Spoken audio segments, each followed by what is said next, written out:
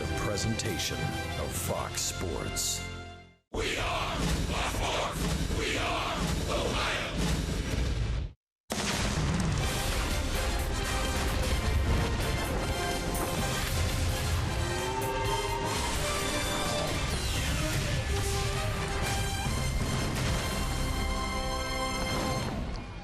Live from the left coast, San Francisco, California, Fox Sports Ohio brings you Cincinnati Reds baseball. They're filing into AT&T Park by Willie Mays Plaza tonight for Game 2 of this 3-game set. It's the Reds against Bruce Bochy and the San Francisco Giants. Hi, hello, and welcome to San Francisco, everyone. The city by the bay that, of course, Tony Bennett makes his favorite city, along with the crafty left-hander Chris Welch. I'm George Grant. Maybe Tony Bennett's favorite city, but I got to believe the way Jay Bruce has played here, especially after last night, it's his favorite city, I'll tell too. you what, not a lot of hitters come in here and they like this city, at least from a hitting standpoint, George. But Jay Bruce, no problem at all. Last night, a couple of home runs. Of course, he's been heating up all the time. He's got 4 home runs in his last 3 games. So it didn't start here in San Francisco. It started back home in Cincinnati where the ball does really fly. But boy, it flew here last night too at AT&T Park. Out the big part of the ballpark, Jay Bruce goes and then goes Oppage right there. I'll tell you what, he is in some kind of a groove right now. 23 home runs on the season. You see the numbers 6 for 12 when you add it all up. Bruce, 8 seasons with 20 home runs. He's on a pretty special list, Chris. Well, anytime you're on the same list home run wise with guys like Johnny Bench and Frank Robinson and the big dog Tony Perez, that is elite company. And Jay Bruce, he's gotten to the point now where he really appreciates, what he's done. He knows it's taken a lot of hard work, perseverance. It hasn't been an all a coaster ride for Jay Bruce because there have been a lot of lows, and the lows as much as last year. He's coming back from a horrible year last year to put together maybe his best year ever as a major leaguer, and here in his 9th year as a Cincinnati Red, and amid all the rumors of maybe him being traded by the trade deadline. He's been able to put all that aside and play great baseball. And off his last start, the hope is that Cody Reed is starting to turn the corner too. He looked good last week against Atlanta. Well, I think that Cody Reed only needs to do one thing, which is simply relax, remember to breathe, and just step back a little bit. Don't try to blow the ball by everybody. Just use the nice, natural, God-given talent that you have and throw the ball over the strike zone. Sometimes you have a tendency to complicate things so much in the major leagues. You're getting more scouting reports and things like that. And for a young rookie like Cody Reed, that could adversely affect you. Cody Reed had his best start last time up. Matt Cain, once the ace of this staff, had one of his worst starts coming off the DL. He gave up 3 home runs last week. They need him to pitch better. Well, they do. I mean, he had a horrible year last year. He's having another bad year this year. He's coming off some injuries. He's given up home runs and base runners. It's been a tough year for Matt Cain. Once one of the best pitchers in the league, not longer any so. So we'll see if he what he's got here this afternoon. Tonight we talk about the starters. Last night we talked a whole lot about the relievers. The Reds bullpen continued to be lights out. Jim Day has that next on Fox Sports Ohio.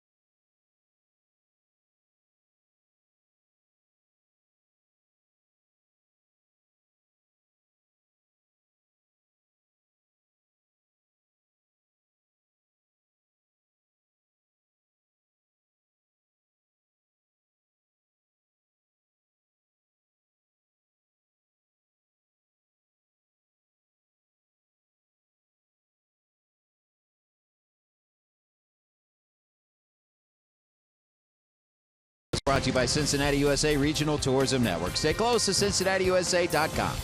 And by Skyline Chili. Feeling good? It's Skyline time.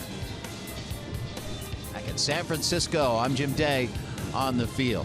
Let's face it, earlier this season, Brian Price not only probably was hesitant to pick up the bullpen phone, certainly didn't want to talk to anyone on certain days. It was a mighty struggle out of the pen for the Reds, but in July, it has been a much different story, and last night they were lights out once again. Jumbo Diaz in what Brian Price called a key bridge inning, won an inning and a strikeout last night. Raisel Iglesias continues to just marvel. 2 innings pitched, no runs, 2 strikeouts. He's got a 17 1/3 inning scoreless streak. That's the 3rd longest active streak in all of Major League Baseball. And then in the 9th, Tony Cingrani, a couple of strikeouts, his 11th save of the season. Overall, 4 innings pitched, 1 hit, no runs, 5 strikeouts for the bullpen.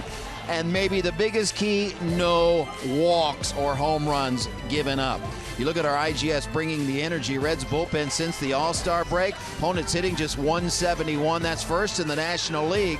1.91 ERA. That's second. The innings are up there, and walks per 9 innings pitched also top 5.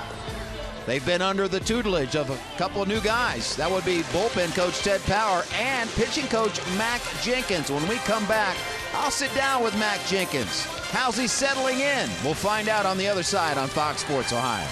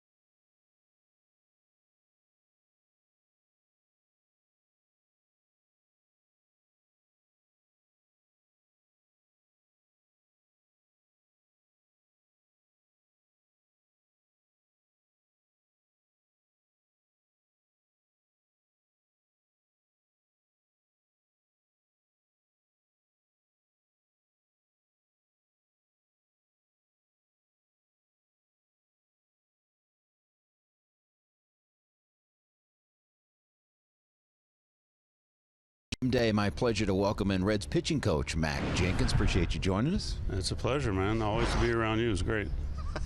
I could feel the sarcasm perhaps oozing out of you. Let's talk about taking over as the pitching coach. And now you've had some time on the job. How are you settling in? Everything's going good, man. You know, from the first day till, told the guys it is what it is, and this is what we're going to do. This is our philosophy, and that's it. That's what we're going to do. We're not going to waver. The fact that you took over mid-season and you didn't come from the minor leagues and you didn't come from the outside, that you were already have some relationships established, how much of an advantage has that been for you? It's a big advantage, and relationships drive talent. Yeah. And I try to not only establish but keep these guys and talk to these guys every day, and it's a relentless pursuit of excellence. Right. And you can't teach passion, but you can share it and show it what it looks like, and right now it's what we have. You talked about philosophy, and when you took over, you said the number one goal is establishing fastball command. Now, that's nothing new to baseball, but saying it is a lot easier than having it done. How's that gone across with the players? How do you see them reacting to it?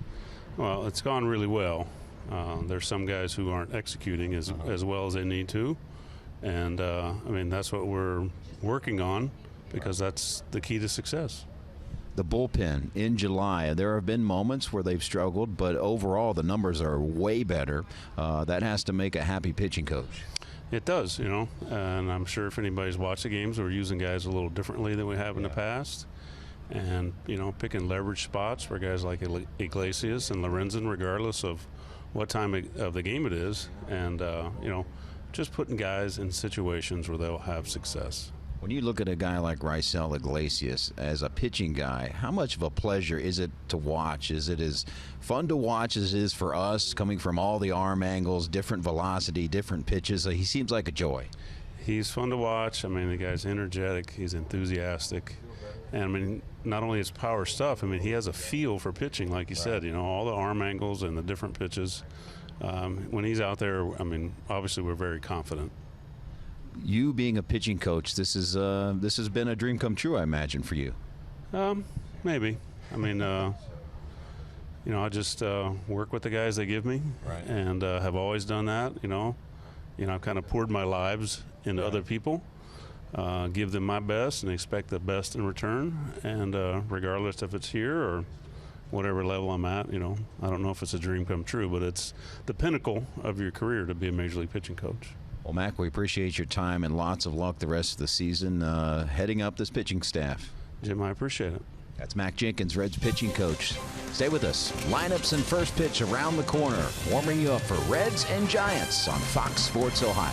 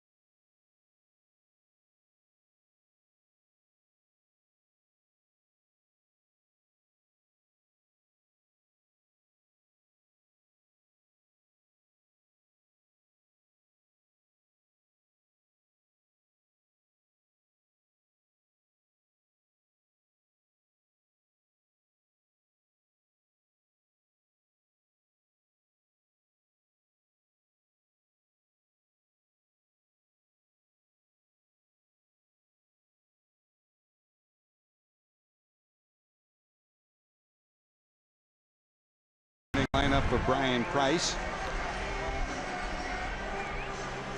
The story of our Elk and Elk storyline for this one, with Billy Hamilton leading off. How about the difference for Billy? Started the year deep in the lineup, has moved his way up to number 2, now back in the leadoff spot and leading off in an inning back in 2014. He hit only .245. His on-base percentage was under 300. Last year, about the same. This year in 2016, hitting .321 and an on-base percentage of .354. That's your Elk and Elk storylines for tonight, with Billy Hamilton leading it off. Billy steps in against the veteran right-hander for the San Francisco Giants, 31-year-old Matt Cain, 6'3", 230, Alabama native, a guy who at one point was clearly ace of this staff, Chris, but the disabled list has been an often visited line for Matt over the last couple of years. He's had leg problems, he's had elbow problems, arm problems overall, and this year having problems keeping the ball in the ballpark. Matt Cain, at one time, every time you mentioned his name, you're talking about a possible Cy Young candidate. But boy, when you get derailed by injury, sometimes it is so difficult to come back. Last year a bad year. This year equally a bad year with a 1-6 record and an earned run average almost at 6.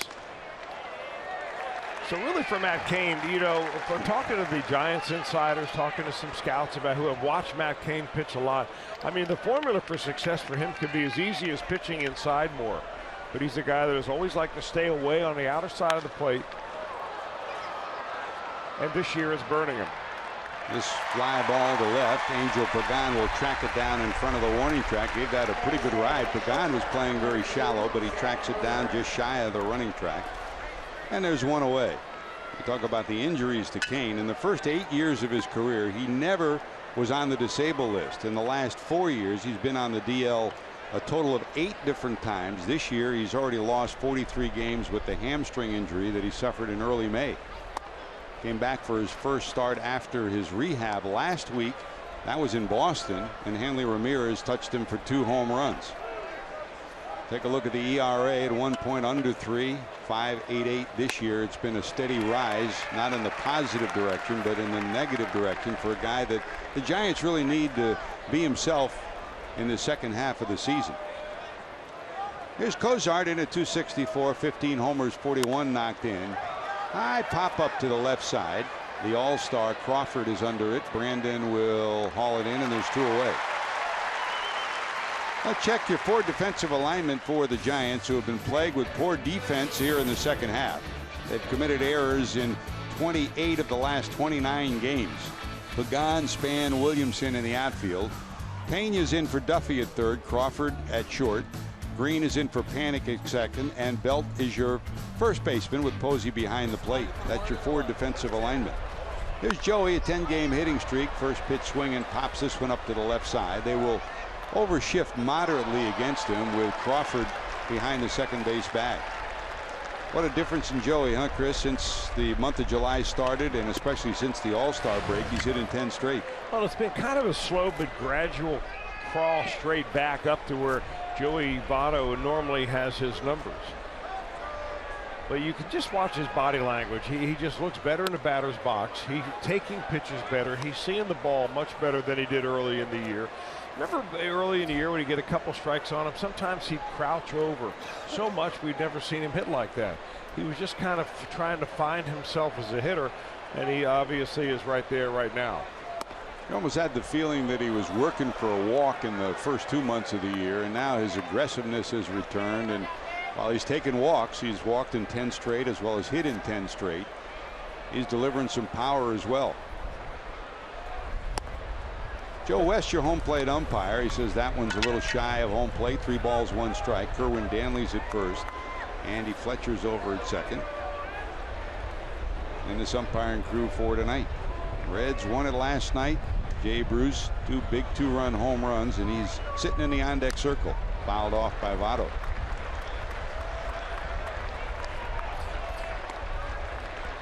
Bruce hit him where the big boys hit him here in this ballpark yesterday. One to right field over the 421 sign, the other one to right center field.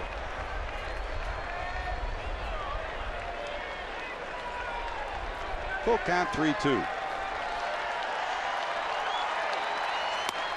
That's ball 4. Votto takes the free pass, so Joey continues his walk streak, and that'll bring Bruce to the plate, who's got a hit streak of his own, 7 straight. Now, the last time that Matt Cain took the ball was against the Boston Red Sox, and it wasn't pretty for him. He ended up giving up 5 runs in that ball game on 3 home runs. 2 of them came off the bat of Hanley Ramirez. All of that in only 2 1/3 innings. So he's facing another home run hitter who is very hot right now in Bruce. Jay in his career is 8 for 16 against Cain. No home runs for Jay, who steps in with 23 homers and 77 knocked in.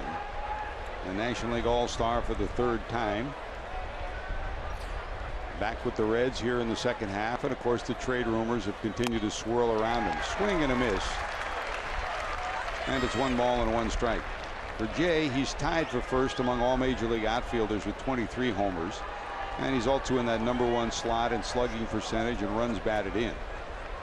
And tied for the National League lead with 77 runs batted in, now tying Nolan Arenado after last night's 4 runs batted in. Nubbed foul to the left side.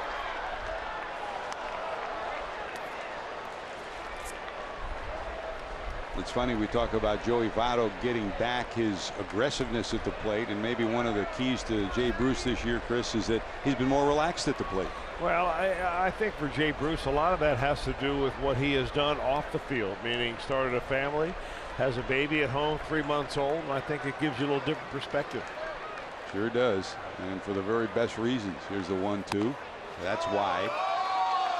2 balls, 2 strikes with Adam Duvall on deck. I mentioned Matt Cain doesn't like to pitch inside. That's especially true to left-handers. So look how he's just trying to thread that outside part of the strike zone against Jay Bruce.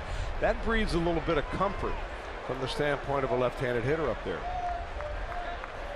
They may be trying to come in this side the way that Posey was beginning to shift in. But you can see right now lefties have really taken to him very much so far this year. Even though most of the home runs have come off the bat of right-handers, he faces far more of those. 98 wins in his career and 105 losses.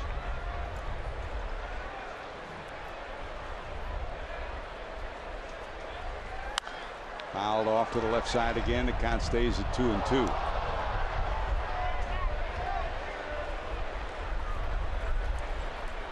Both Walt Jocketty, the Reds front office operative, the general manager who will step to an advisory role at the end of this year, and Dick Williams, who will take over the general manager's role after this year, are with the club here in San Francisco, and they'll be with the club through to San Diego as the trading deadline approaches. That's a bouncer down to first. Belt will take care of it. The Reds strand a base runner. Cody Reed, looking for his first win, takes the mound next.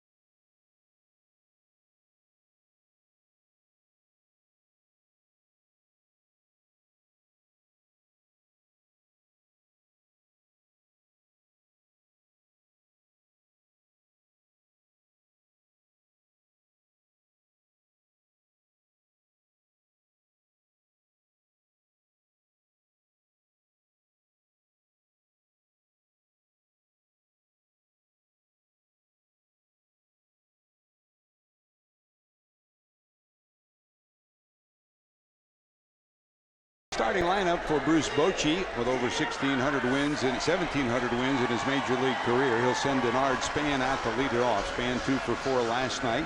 Angel Pagan, another often injured Giant, bat second. Mac Williams will get the start in right. Big power from this young hitter. Buster Posey, former MVP, will hit in the cleanup spot. Brandon Crawford, fresh off the All-Star appearance, followed by Brandon Belt, who had 3 hits last night. Grant Green, Ramiro Pena, and Kane bats in the number 9 position. And here's the young lefty for the Reds, Cody Reed. Chris, you know, one of the reasons I think that Cody Reed might be so excited about pitching here in San Francisco is that some people who have seen him pitch in the minor leagues compare him a little bit to the Giants starting pitcher tomorrow, Madison Bumgarner. Big strapping left-hander, hard thrower with a little bit of a low arm angle. I mean, it took Bumgarner a little while to get his feet solid on the major leagues, and I think the same thing for Reed, but boy, does he have some potential. Here's Span at 254, 4 homers and 31 knocked in. Like Bumgarner, he's got that pendulum-like delivery, doesn't he? Yeah, he does. It's a long arm swing, and it doesn't make left-handers feel very comfortable either. 2 balls, 1 strike with Pagan on deck. Well, that's action Wow. right there. You get that ball down the zone, it acted like a spitter. I mean, it just dropped right off the table. Right on cue.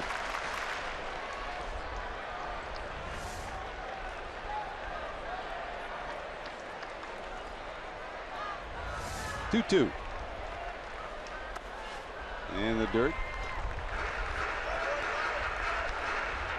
Hauled in by Ramon Cabrera, who's the starting catcher for Cody Reed tonight. Full count, 3-2 to the Giants leadoff hitter.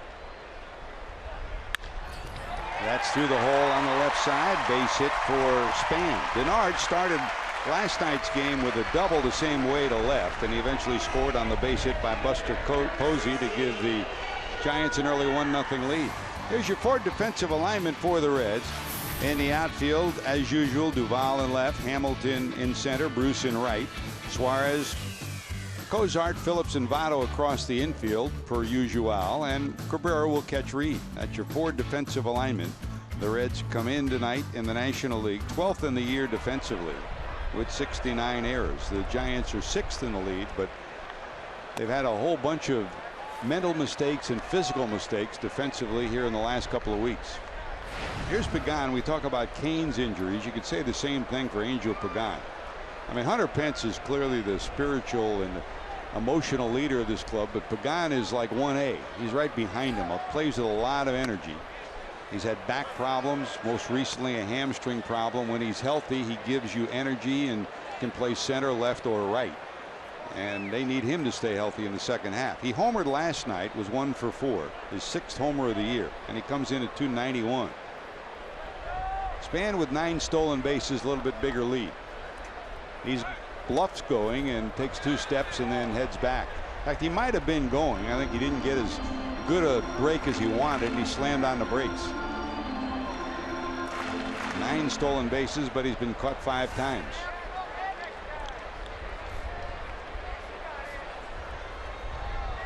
Two and 1.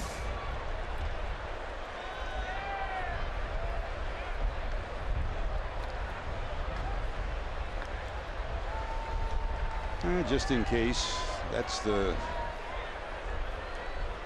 slow throw over move by Reed.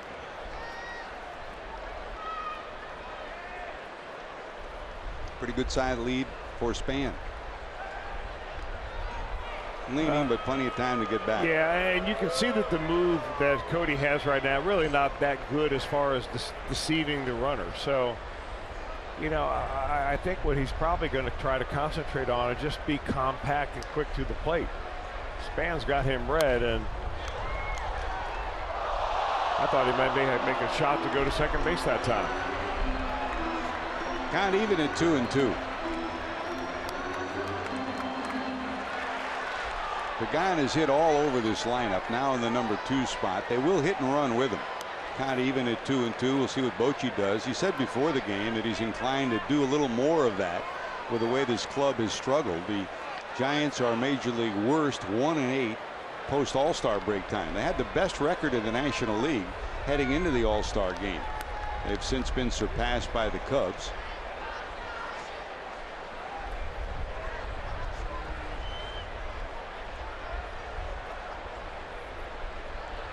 Two. Runner not going. Just does get a piece, does Pagan, and stays 2-2.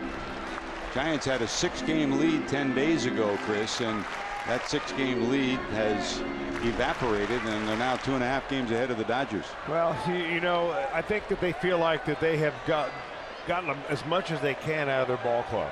They've had so many injuries. They're waiting for some of these starters to get back and get healthy again.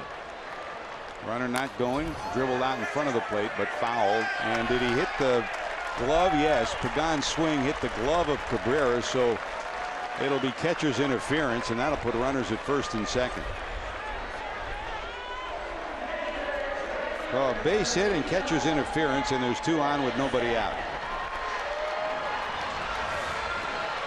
Well, let's see if Cabrera kind of reaches out there for the ball, and he does. And so not only did he just touch the glove, he knocked it right off his hand. You know, there are some hitters that are very adept in doing that. I think, however, that time it was because Cabrera got anxious and reached out. Ramon telling the glove to stay back, right? And sometimes you do that when you have a base runner on there getting ready to steal. You want to get that ball as quickly as you can. Here's Williamson. Boy, what power he has. He's put on a home run display in batting practice first 2 games of this series. He's hitting 3rd here tonight since coming up in the minor leagues, and he's been back and forth all season. 6 homers, 15 knocked in for Mac Williamson.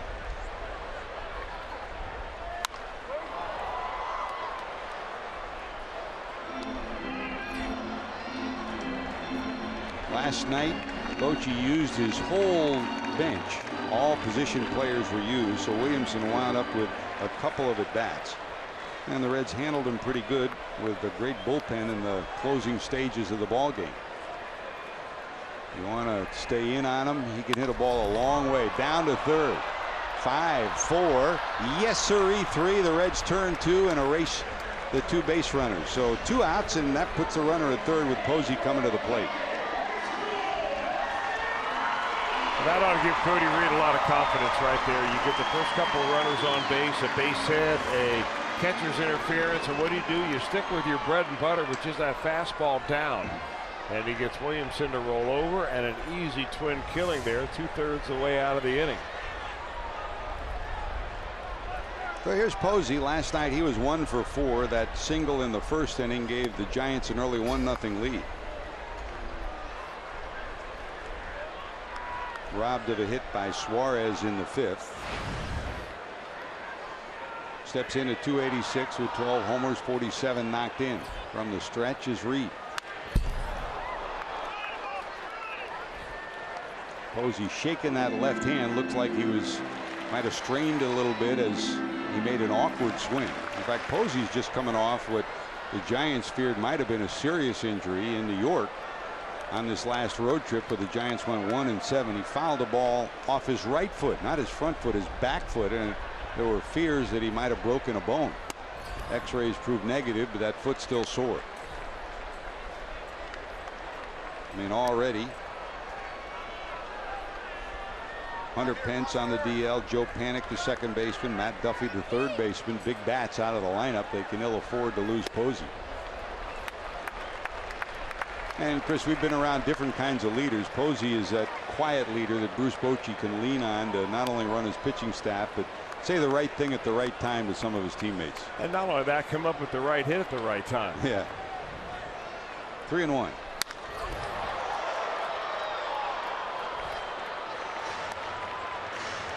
It's a very similar situation to where Posey came up last night in the first inning against Anthony DeSclafani. Had a runner in scoring position, a couple of runners out, and eventually got a fastball that he punched into right field to score a run. So he's so dangerous here because he uses the entire field. Full count, down to 3rd, but foul. In the third base coach's box for the Giants, former Cincinnati Red Roberto Kelly. Bobby Kelly moved from 1st to 3rd, taking over for Tim Flannery when Flannery retired. And manning the first base coaching lines, veteran minor league manager and major league coach Bill Hayes.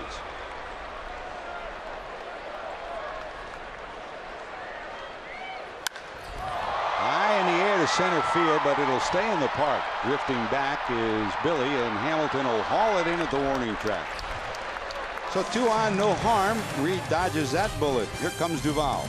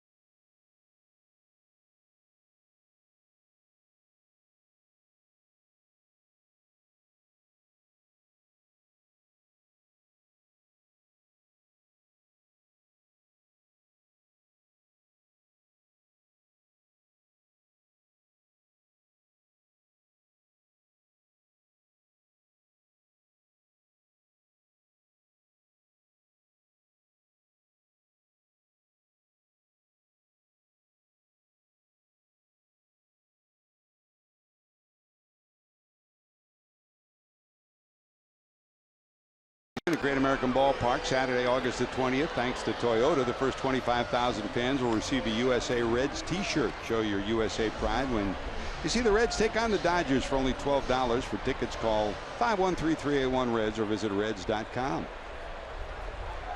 Reds' only trip to San Francisco, their second West Coast trip. The Reds take on the Giants tonight, then tomorrow afternoon. It's a day game tomorrow.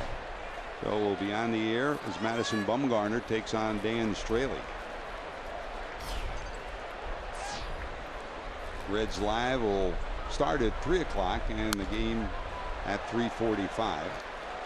Straley will try to win his 6th and even his record at 500, and Bumgarner will go for his 11th win of the season. Here's the former Giant Adam Duvall, who came over to Cincinnati last year as part of the Mike Leake deal. In at 244, 23 homers, 66 knocked in. Popped up to the right side. Grant Green under it, got it. The Giants with Duffy, great young prospect at third, Panic outstanding at second, and a whole boatload of outfielders, and really they penciled in Duvall as an infielder at that time. Really felt that they were able to let him go, but boy, did they welcome him yesterday, giving him congratulations after the first half he had. So many of the coaches here and so many of the players on this Giants team, Chris, played with Adam Duvall in the Giants minor league. Well, not always does every coach and every player agree with a trade. Yep. I mean, there's always friendships that are broken up. There are relationships that maybe were nurtured along the way in the minor leagues, even at the big league level, especially when you got a guy the caliber of Adam Duvall. I mean, there are a lot of people that hate to see him go, but the powers that be in the front office need, to make some changes. They needed to get Mike Leake, they thought, to get him over the top, and I'm sure there are a lot of people who are sad to see Adam go away. Duvall pops out, Phillips grounds out, Brandon a 13-game hitting streak on the line, and there's 2 away. You came up in the Yankee organization. What do you remember about that trade, your first trade? Well, first of all, it came on April Fool's Day. And I think the joke was on Jack McKeon, who ended up getting me in the trade. I was traded with 4 players for 2. And one of them was Joe LaFay, who ended up being a player here and a batting coach for Barry Bonds. And Tim Lawler, my good friend, a left-handed pitcher. And I remember getting into the hotel lobby in Phoenix and meeting Jack McKeon for the first time. He looks at me and he said, "You must be Lawler." And he looks at Lawler and says, "You must be Welsh." I said, "No, it's the other way around." He goes, "It doesn't matter. You're the number 4 starter. You're the number 5 starter." And that's how I made the major leagues. That's Jack. 1 ball, no strikes to Eugenio Suarez, who homered last night, his 17th. Jack was great, though. He's never great at names, but he'll give you a nickname. Dennis Reyes was Big Sweat, or. Did I mention he was wearing a Hawaiian shirt and smoking a cigar? He still has it. There's a pop-up to the right side. Belt there in foul territory. He hauls it in. The Reds 1, 2, 3 in the second. Belt's 2 up second.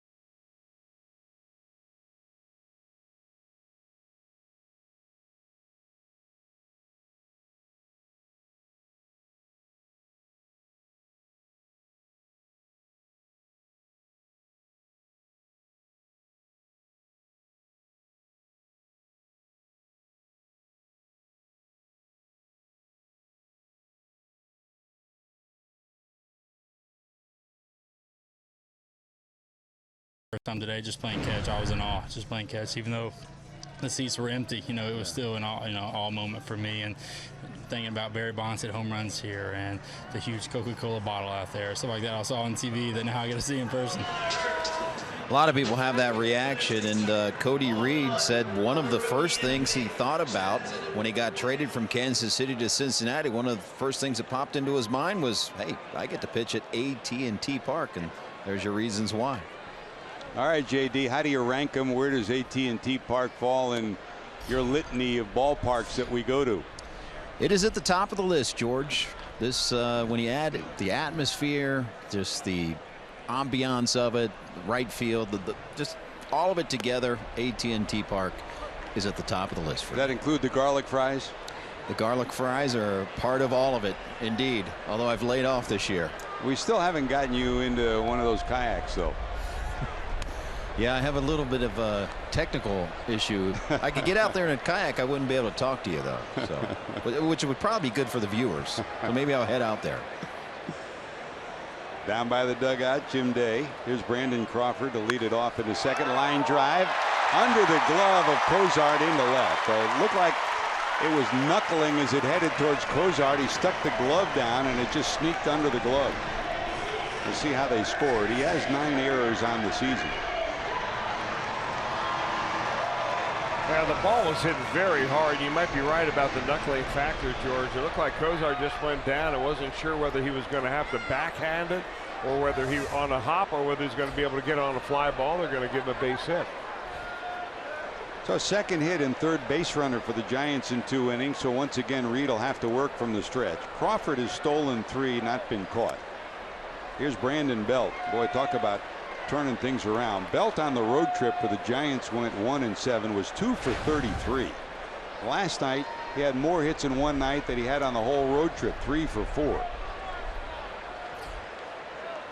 And you know the story about him and the Reds. 3 for 4 last night means he's now 23 of his last 44 against the Reds in the last 2 years.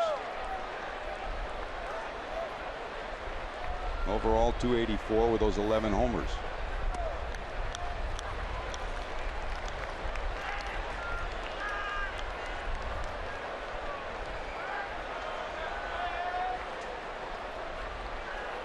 That 10-game hitting streak encompasses the last 2 seasons against Cincinnati.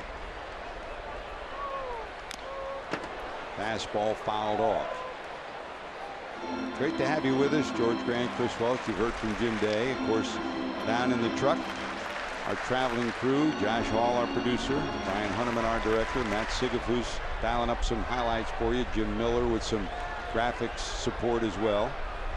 Back in Cincinnati, Kent Dream Weaver producing all the festivities back there, and great work as usual by Ron Millenor, Rob Overberg doing some highlights for us, and Jeff Pecoro and Brian Giesenslaw. Yep, West Coast trip means that they're up late all week long. 3 games here, 3 games in San Diego.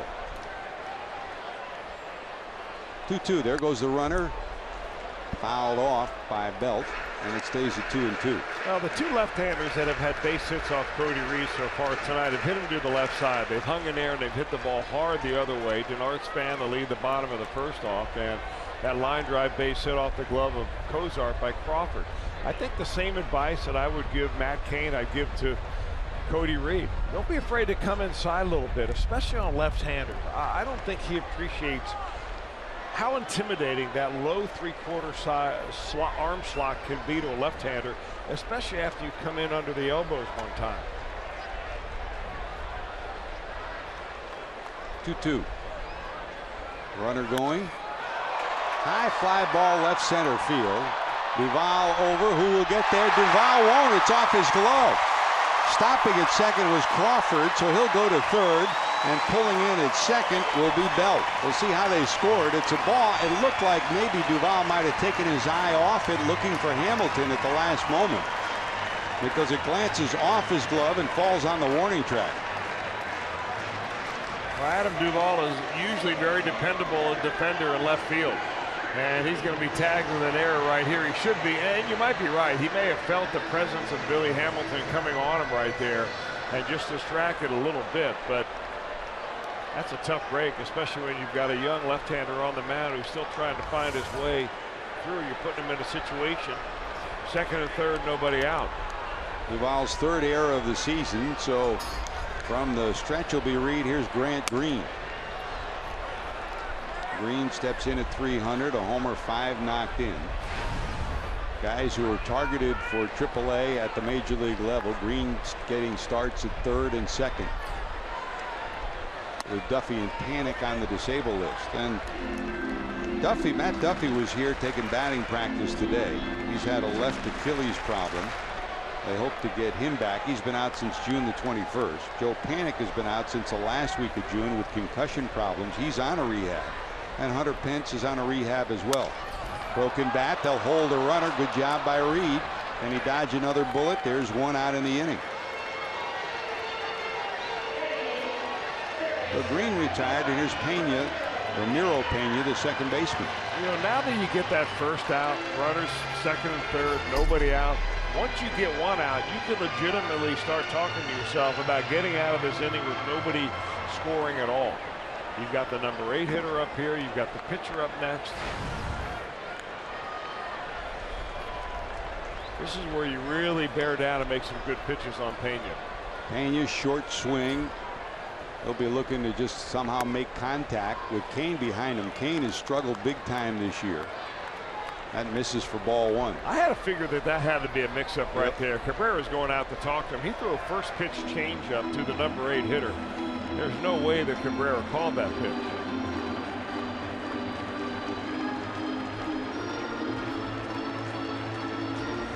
I mean, you're doing a guy a favor. He's in eighth for a reason.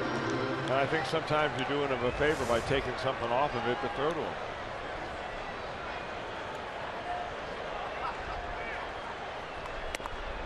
Fastball misses down and in, 2-0.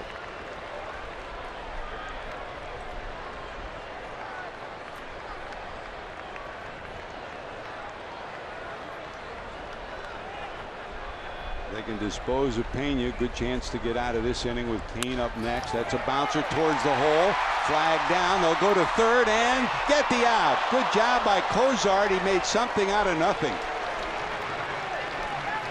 Belt, seeing the ball head towards the hole, broke at the moment the ball was hit. Cozart had no play at first. They'll get a run out of it, but they'll get an out, and Belt is waiting to see if they may challenge. Well, it even looked like Cozart had a hard time getting that ball out of his glove. Had to go a long, long way to get that ball. What a play by Cozart. Man, oh man. Ooh, very close. Bochy waiting for a sign down deep, and they will challenge. Well, Bochy will challenge. Belt waited there and pointed to the bench as if to say, challenge, I think I was safe. And he may be right. The Giants at least get one run out of it. And Cozart almost salvaged an out on a play where he had no chance to get the Speedy Pena at first.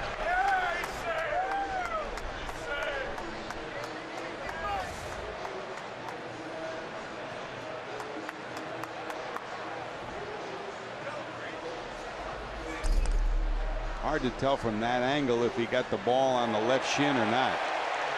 That angle, it looks like the foot is in there. Unless they have an angle from the other side. No definitive look. All the angles are from inside the third base bag. Well, at least the ones that we're showing you here on the visitors feed. Remember, there are home cameras that we don't have access to that they might be looking at in New York.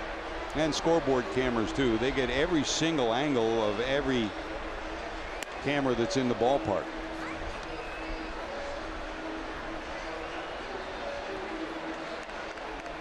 Safe. So it'll be first and third with one out, and Kane will come to the plate.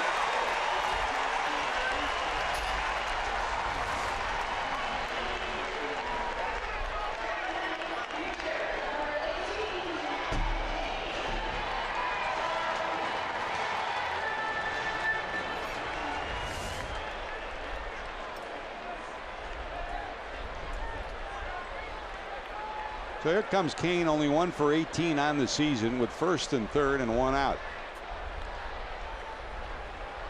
Giants take the 1-0 lead. A run batted in for Pena, his 10th of the season.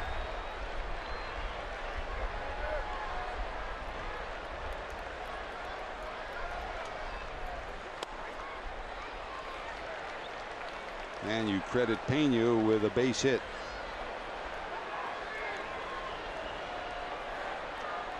And Cozart had no chance at all to throw him out at first. Showing bunt, fouls it off, and it's 1-1.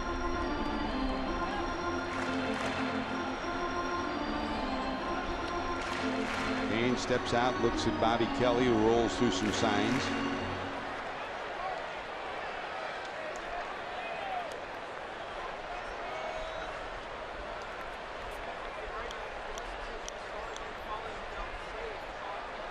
Runner not going. High fly ball to left. Back goes Duvall at the wall. Guess what? Cain is homered.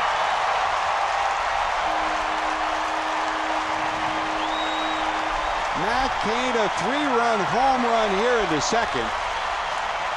And that's given the Giants a 4-0 lead. I mean, talk about turning things around.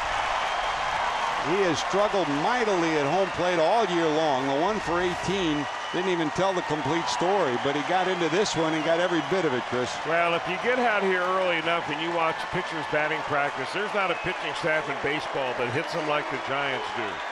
Jeff Samardzija, Madison Bumgarner, Matt Cain, and they're all just launching them during BP about 4 o'clock in the afternoon. But translating that to game is a different story. Cain was able to do that tonight. And that really ought to, again, remind Cody Reed that everybody in the batter's box with a bat at the major league level is dangerous. No matter how hard you throw, if you throw it right down Broadway, you've got a chance of getting a brand new baseball back. Well, for Cain, that's his first home run since 2012 and the 7th of his career. First of this year. And that'll bring Span to the plate. So a single, an error, a single, and a homer, and the Giants lead it 4-0.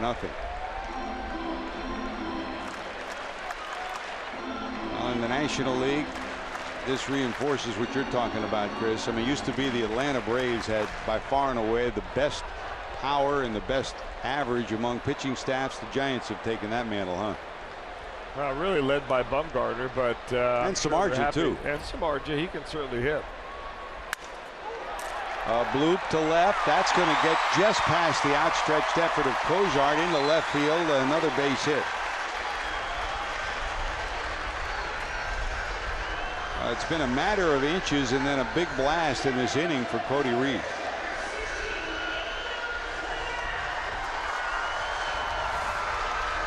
Well, another left-hander going the other way with the ball. Eventually, Cody Reed's going to have to learn to throw that ball underneath the elbows.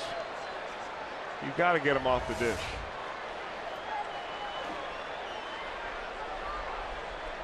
So here's Pagan. We'll see if Span might be off and running here with still only 1 out. Down to second, 4, 6, and the Reds have their second double play that'll end the inning, but 6 come to the plate.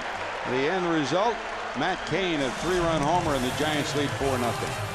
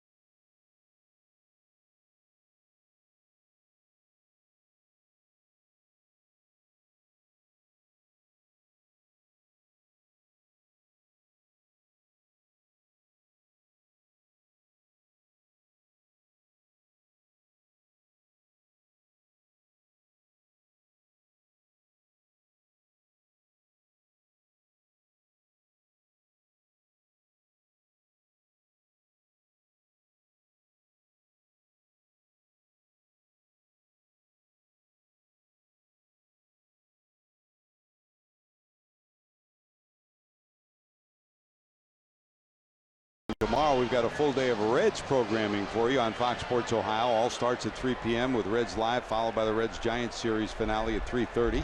Following the post-game show, all new episode of Reds Weekly debuts. Then stick around after that for our continuing replays of the '76 World Series with Game 3. All tomorrow on Fox Sports Ohio. Here's the catcher, Ramon Cabrera, hitting 8th in the lineup. Reed will follow, then back to Billy Hamilton. That was the Reds and the Yankees in '76. As the Reds swept the Yankees in 4 straight. Game 3, the game that Pat Zachary started. Danny Dreesen, 3 hits early in the ball game, and the Reds were never headed after that, Chris. That was a fun series to watch, especially if you were a Reds fan. Yeah. But I mean, it featured 2 of the best catchers of their generation. Obviously, one being Johnny Bench and Thurman Munson being the other.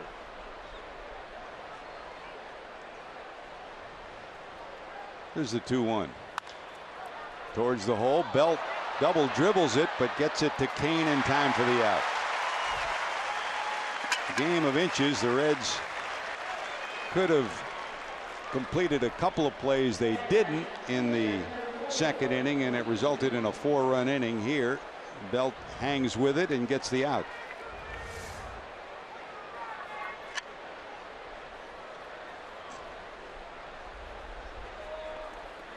Kane always there to field his position. Solid outfielder, and Belt shovels it to him, and there's your first out. Here's Reed looking for his first hit.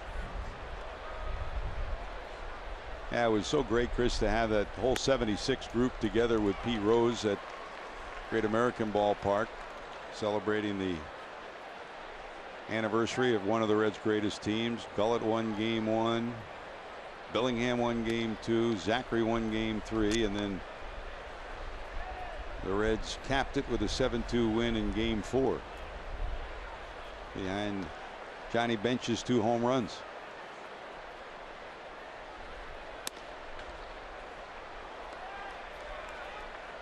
And by the way, down there in South Shore, Don Gullett still sees on a regular basis former Red Super Scott Gene Bennett. They still talk baseball day in and day out. You think Gene Bennett's up watching this ball game tonight? Guaranteed. The 2 people you know are up tonight: Gene Bennett in Portsmouth and Hal McCoy, who's sitting in the man cave. 3 balls, 1 strike. Hal's got his stogie going. Yeah, we see you, Hal. Nadine's brought him a beverage or 2 by now and got him staked out. 3-2. That slap foul the other way. By the way, we want to send get well wishes to a good friend of everyone in baseball, and Chris especially. I mean, we know him very well. Max Schumacher, owner of the Indianapolis Indians. A little bit under the weather. Max, we send you our best wishes and look forward to you getting back to the ballpark soon. 3-2. Wave that. Strikeout. Strikeout number 1 for Kane. 2 away.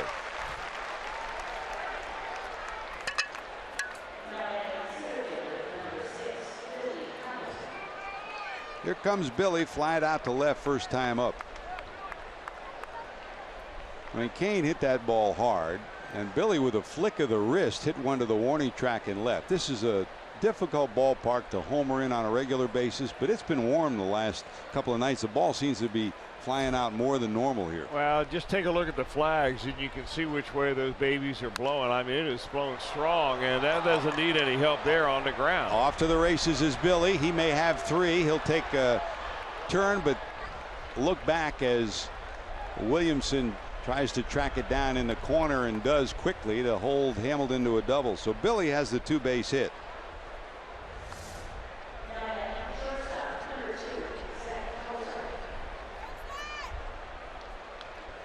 I love seeing Billy Hamilton put that ball on the ground. He got a kind of a breaking ball down and in, was able to keep it fair. And the only reason he's not on third right now is because you got 2 outs and doesn't want to risk making that 3rd out on the base paths.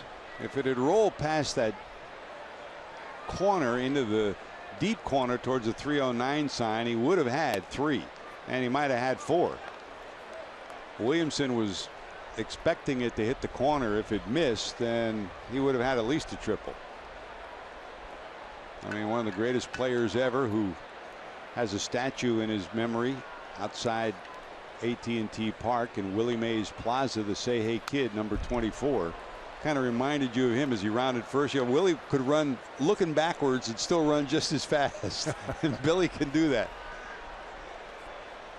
660 round trippers, and that was in the old ballpark when the wind would blow in like a gale. And I imagine it's blowing in at Candlestick Point right now, Chris. And then blowing out a little bit, and then blowing to right field a little bit, and then blowing to left field a little bit, all in the same inning. Swing and a miss. 1 ball, 2 strikes to Cozart, who flied out first time up.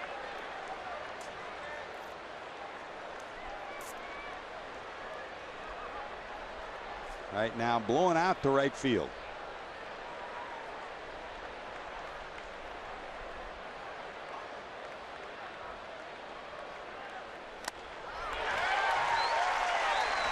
Swing and a miss at that one, out of the strike zone. The Reds strand a runner at second. They've stranded 2, still lead it 4-0. The Say Hey Kid outside AT&T Park.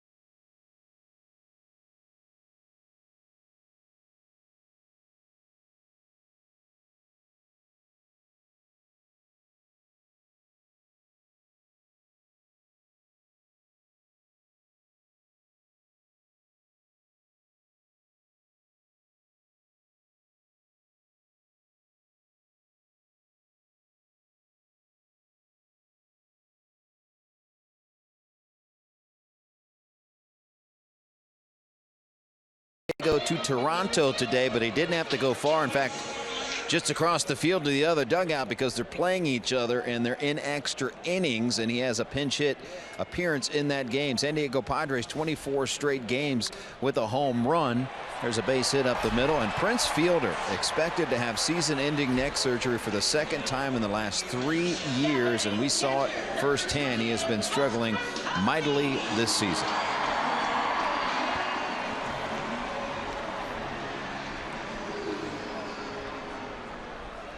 Well, Cody Reed gives up a leadoff base hit to Mac Williamson.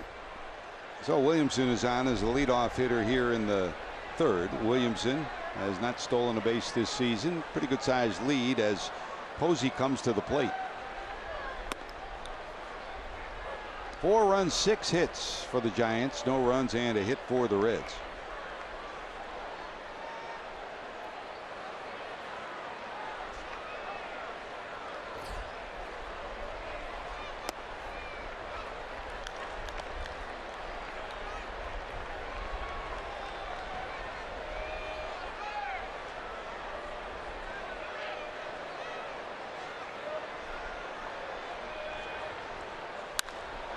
Big swing and a fly ball to right. Bruce is under it.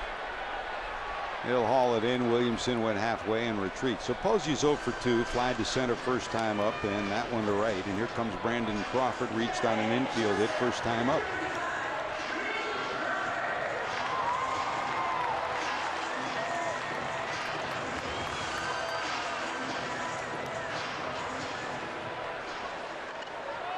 Chris, you've been coming here a lot of years, and after all those nights spent in the chilly confines of Candlestick Park, many of them in the bullpen there, and that was one of the worst bullpens in the National League, certainly. There's a liner into right, a base hit. Williamson will take the turn and hold there. He won't test Bruce's throw right on the money, cut by Cozart. 2 hits, 1 out, and 2 on.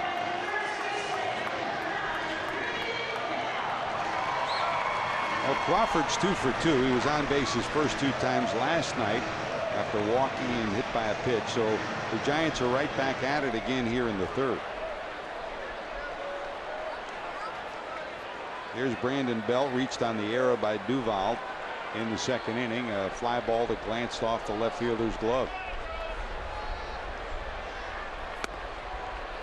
You think of franchises in different ways. When you think of the Dodgers, you always think of great pitching. You know, the Koufax, Drysdale era all the way up. Think of the Reds, you always think of the Big Red Machine. Here at Candlestick, you know, you mentioned Mays, but guys like Willie McCovey, who's here on a regular basis. It was always a power organization more than anything, huh? It was. Of course, when you have power, you flaunt it. They weren't so bad pitching, but they ran out Juan Marichal either. There's Willie Mack up at the press level. Hall of Famer, 521 career home runs, just passed by David Ortiz. He is another one immortalized with a statue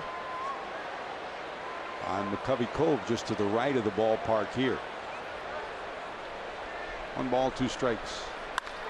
That's another line drive into right. Williamson had to hold on the line drive, so he will hold at 3rd, and the bases are loaded with 1 out, and that may scramble him around in the Reds bullpen. Hit right on the button by Belt. You know, the worst swing that Brandon Belt has had tonight has come on a fastball underneath his elbows, and it was the first strike in this at bat. And ever since then, for some reason or another, Cabrera and Cody Reed decided to, you know, to throw that one in there and then go after him with breaking balls. I just don't think that Cody Reed understands the power of that fastball if he can locate it on the inner part of the plate and get somebody off the dish. Those pitches in which he's getting hurt by are right out over the plate. So 3 hits in the inning. They're loaded with 1 out, and here comes Grant Green. Mac Jenkins out to deliver his sermon on the mound to big number 44. And there goes Lorenzen down to loosen up.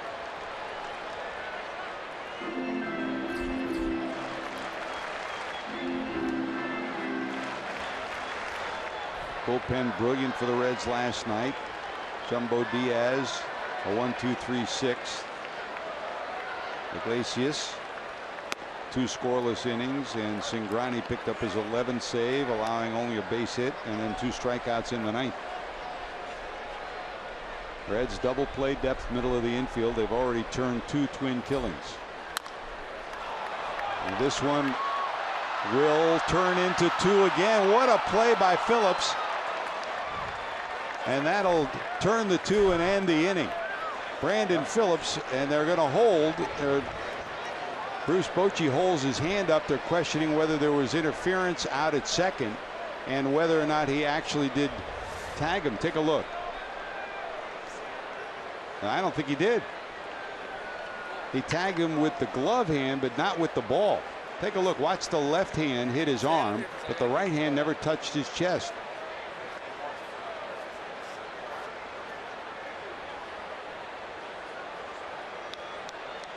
Well, Bochy waiting for the sign from inside his clubhouse.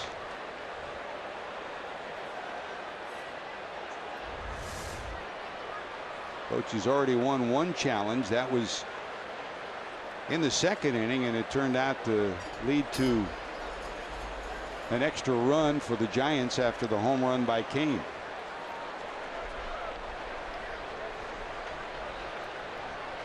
Yeah. They're going to challenge it. So Joe West will head back to the headsets 1 more time.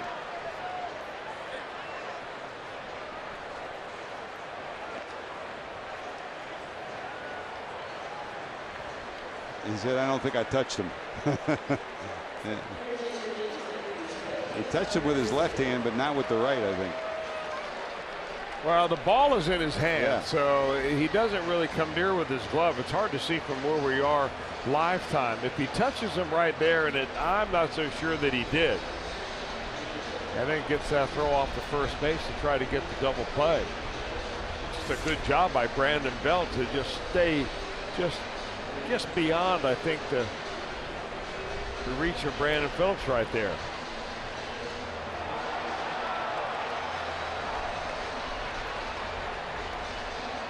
Andy Fletcher and Joe West in communications with everybody back in New York.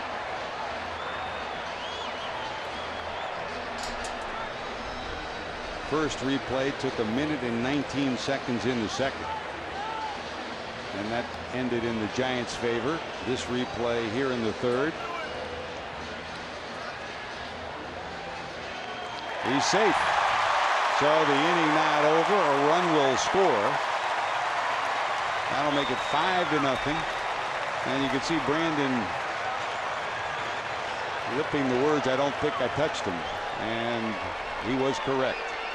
Well, a good job by Belt, not such a great job by Brandon Phillips. You got to make sure you're going to get that lead runner. Even if you take an extra moment, touch him, and then go to first base, you've got to get that lead runner. Now the Giants have 2 on in scoring position, already a 5-0 lead. And they will probably walk Pena intentionally and pitch to Kane. See what they do here. Now,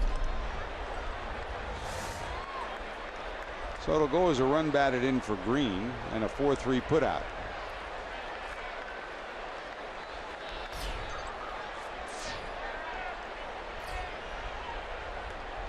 So they will walk the number 8 hitter Pena intentionally and pitch to the guy who hit a 3-run home run his last time up.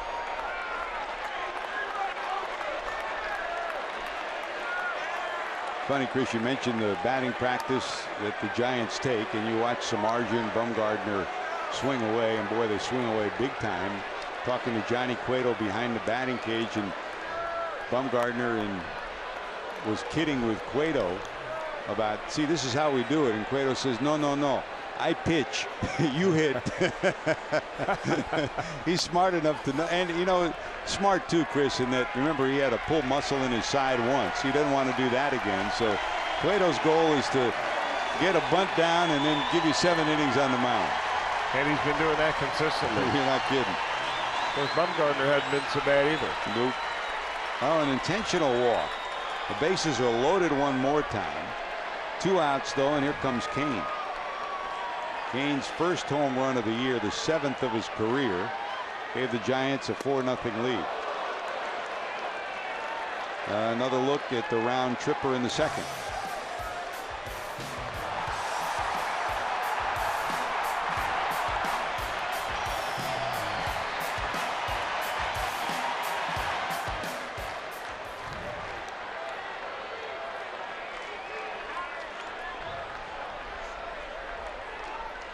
From the stretch, Cody Reed.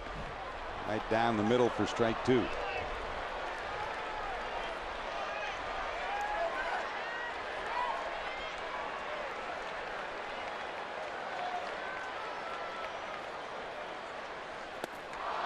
That's what he wanted last time up. So bases left stranded. The Giants have stranded 4, but they played another. And they lead at 5-0.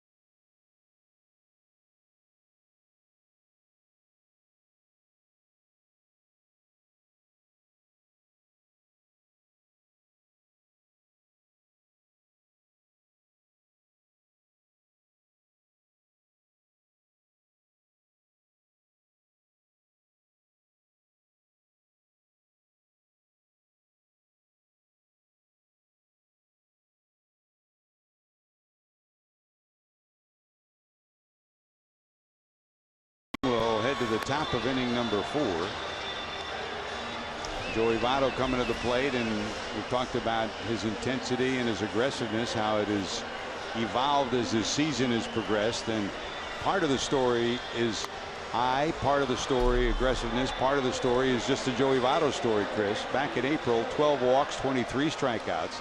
The strikeout total has gone down progressively, and the walk total has gone up to the month of July. 22 walks, 15 strikeouts. He's walked in 10 straight, and he has a 10-game hitting streak right now.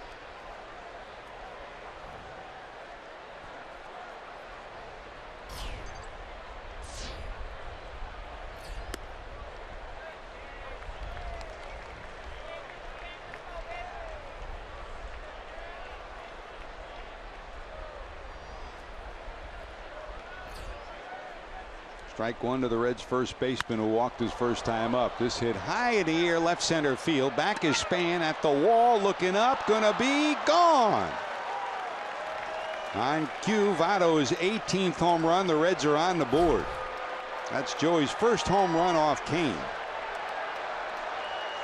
And the Reds finally dent the armor of Matt Cain, and they trail 5-1.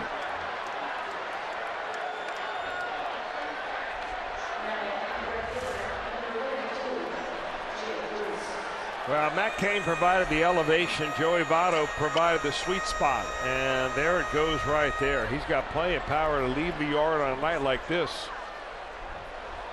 Opposite field right there. Boy, that Yahoo sign area has been very popular for hitters here the last couple of nights. Yeah. Votto, number 18, and in his career, number 210.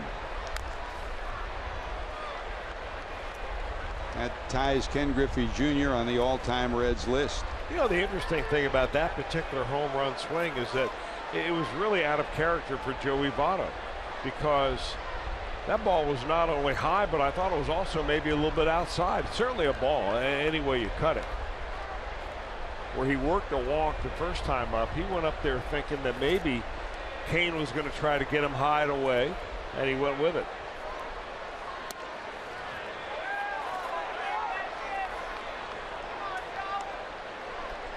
But Joey delivers with the home run, number 210, to Ty Jr. Next on the list, this guy, Jay Bruce, sitting at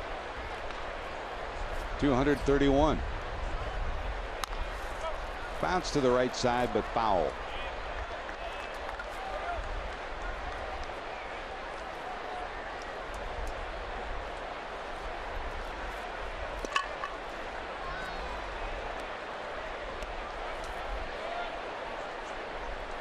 Improved offense, improved bullpen, two of the stories for the Reds in this post All-Star segment, and they're hoping for more of the same tonight to erase a 5-0 lead that the Giants had. Bruce called out on strikes. That is strikeout number 3 for Cain. One away, and here comes Duvall, who popped out first time up.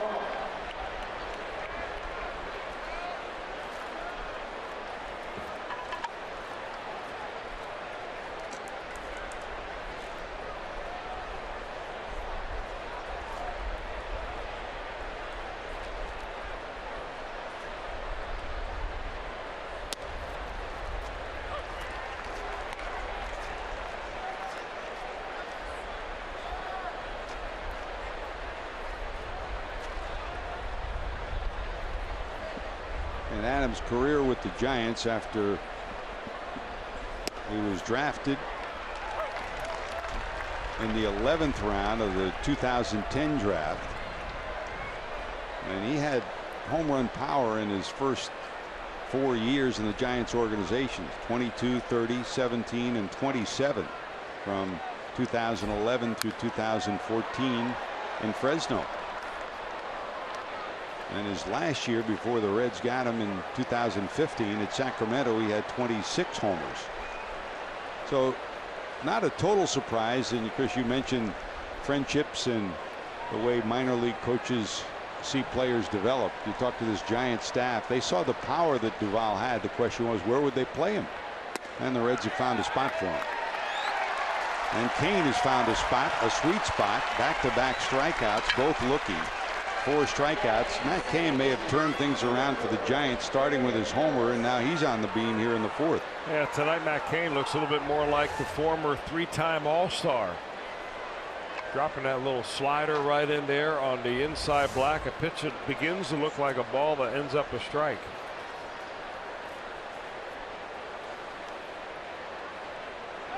There's Phillips, bounced out first time up.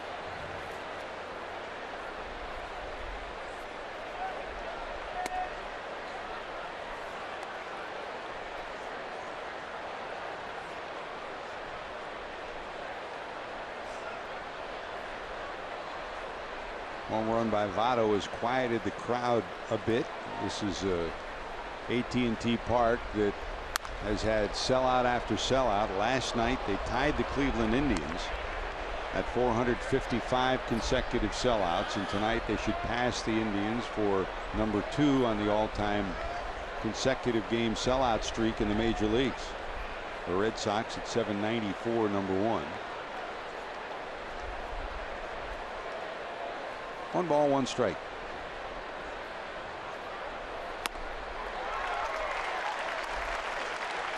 You know, Cain has always been one of those pitchers where it has been predominantly a 4-seam fastball pitcher, pitching up in the zone with that. He's already gotten a couple of strikeouts that way by going up and away like the Cozart, and that swing and a miss right there by Brandon Phillips. But he's got a couple of miles an hour less on his fastball now than he did a few years ago. Grounded towards short. Crawford has it. And the Reds go 1-2-3 after the Votto homer. Joey gets the Reds on the board. Number 18 for Votto. 5-1 San Francisco.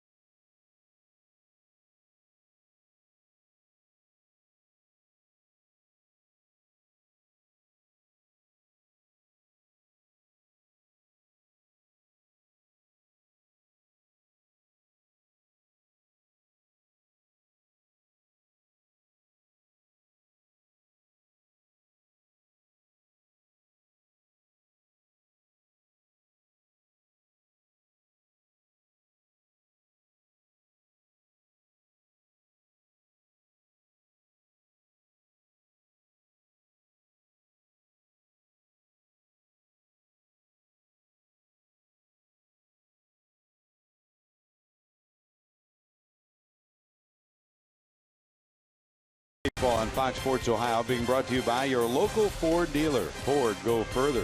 And by Cincinnati Children, changing the outcome together. There's McCovey Cove, Willie McCovey. When they first approached Willie Mack and said, we want to do you a statue, he said, only on one condition, if you honor teammates.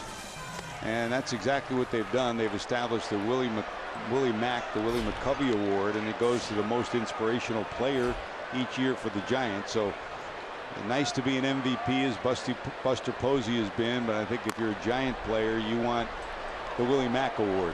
That's probably the top of the list, huh? It really would be. I mean, it shows that you're a team player. I mean, the most inspirational player. What better award could you win than that, really? And here we are, the last week of July, and I can still remember listening on the radio when Willie McCovey made his debut against your old pitching coach, Robin Roberts. Had a perfect day.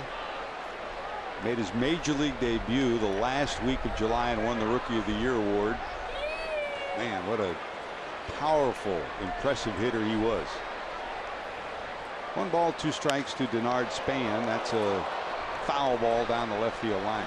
You know, the good thing about winning the inspirational award or being up for consideration for that award is that when you ask somebody, especially a writer, hey, who do you think ought to win the inspirational award? He won't tell you, well, let me check the numbers. No, check the numbers, yeah. Heart and hustle, call it what you want. Down to third, Suarez has it. Over to Votto, and there's one away. Span's retired. He had gotten on base twice with 2 base hits, so he's 2 for 3, 1 away. You know, there's still time in his ball game to make this a good start for Cody Reed. I mean, he's down by 5. A couple of balls of those last few innings should have been caught by the Reds. They didn't. A couple of balls were just beyond the reach of infielders and so on. So he's had some bad breaks in addition to making some bad pitches. But you know, he can still make this a good outing and something to build on. I mean, really, Chris, only 2 balls have been hit hard. The belt line drive to right and the homer by Kane. Well, the ball off of Cozart's glove was stung pretty good. Yep, right. Here's Pagan. Reached on catcher's interference and bounced into a double play. That McCovey 4 for 4 debut was 1959. That was just after the Giants and the Dodgers moved from New York to the West Coast. Giants here early on had 2 young matinee idols, Willie McCovey and Orlando Cepeda. And I think in the heart of Giant fans then, those were the 2 players that they really labeled as their own. Willie Mays was the New York player. You say, hey kid, and most exciting player I ever saw play. Cooperstown, 2,800 miles away, and Willie Mack got there, tying one of his idols, Ted Williams, with 521 home runs.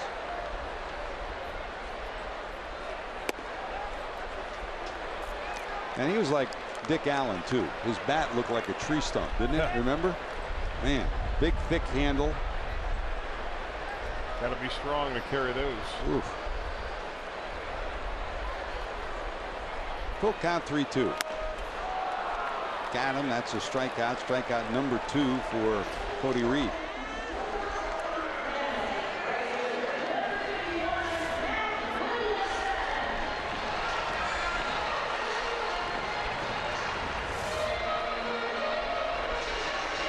And here comes Mac Williamson, bounced into a double play and singled in the third, 1 for 2.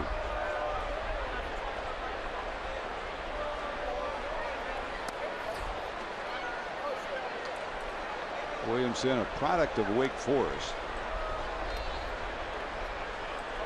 At one time was a pitcher in high school.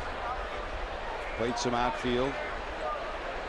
Had shoulder surgery his freshman year, and a big debate at Wake Forest whether he'd come back as a pitcher or a outfielder. He tried to impress upon the staff, I'm not ready to pitch after shoulder surgery. So from that point on, he was on the Giants' radar and picked in the 3rd round of 2012 by the Giants.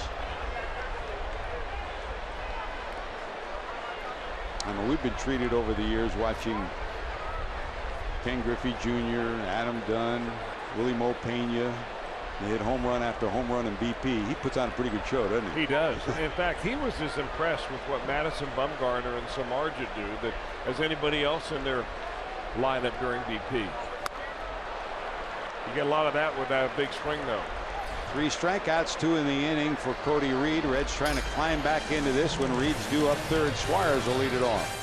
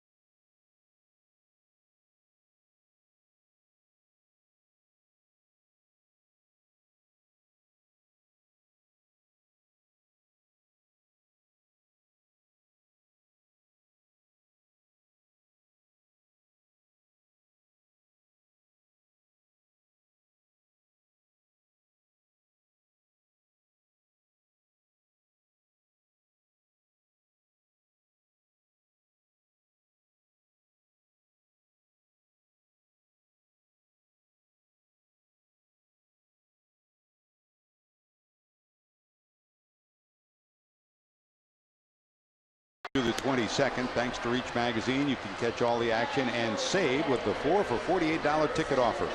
Get 4 view-level tickets, 4 Reds hats for only $48. For tickets, call 513-381-REDS or visit reds.com/4 for $48. Now we go to the top of the 5th. Eugenio Suarez will lead it off. Cabrera and Reed due to follow. Some of the Reds faithful at the ballpark and in town. A lot of transplants here in the Bay Area. Many of them come here for baseball. A lot of them come here for golf. Huh. You had a good day today. We had a great day today playing a little bit of golf out here. It's always good because it never gets too hot. And it doesn't rain too much in the summertime. Line drive by Suarez into left center field. He'll take a big turn but will hold with a base hit. Well, leadoff hitter on for the Reds. And here comes Cabrera. Maybe the bottom part of the order can begin to get something going for the Reds. Right now has been Joey Votto, and Joey Votto alone has provided the Reds offense. And now usually you go play golf early, but it's rent a car, go to the course. Today you did it first class. We did. We did involve a rental car, but we also involved an airplane. We do anything to avoid the traffic around here. Popped up. Pena there, got it, one away, and Reed due up. He's in the on deck circle. If Cabrera had reached, they may very well have pinch hit for him. As it is, they will send Reed up probably to sacrifice to get the runner to second. So Lorenzen and Teddy Power head back to the dugout.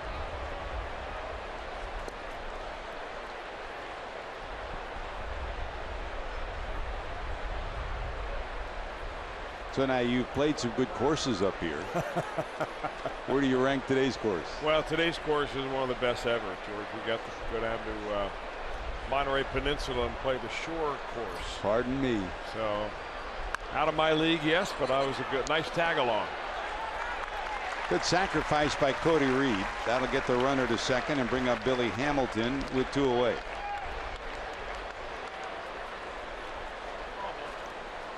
It's one of those golf courses that is in the rotation for, the Pebble Beach. It used to be the Bob Hope Classic. Now I think it's the AT&T Classic. But outstanding, really is. Again, over my head, but I was happy to fill out the foursome. No clubs in the water. Knucksy wasn't there. He was watching you though from above. He would have been happy there. He would have loved it there. There's Billy. That's a base hit. Here comes Suarez around third. There'll be no throw to the plate. Good job by Billy Hamilton, and he continues his production from the top of the order. Last night a squeeze bunt RBI to give the Reds a pad run in the 9th. Here a double in the 3rd, and this base hit that gets the Reds to within 3, Chris. Little by little, Billy Hamilton is feeding crow to a lot of people that just didn't think that he was ever going to come around and be able to hit. And I've always thought that Hamilton, given some time, is going to adjust to figure out where he fits in as a big league hitter. Is he a line drive hitter? Is he going to hit a gap hitter? Is he slap the ball? Does he run and hit at the same time like a Ichiro? And I think somewhere in between for Billy Hamilton. One thing he will always do is that. Oh, they're going to call him out. Billy's pointing towards the dugout. Let's see. Brian Price holds up his hand trying to get Joe West attention. Joe's not even looking over there. And now he does hold up the Giants from coming off the field as Billy automatically popped up. He thought he got the right hand in before the tag. Challenge. Yes, says Brian Price. Take a look. Does he get the right hand in?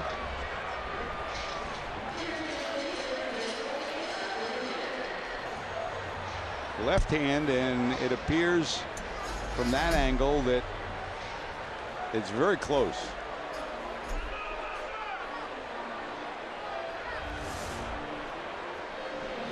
So here we go, 3rd challenge of the night. Joe West is saying we get bonus money for these challenges here. I got to believe his next album will have some song about challenges.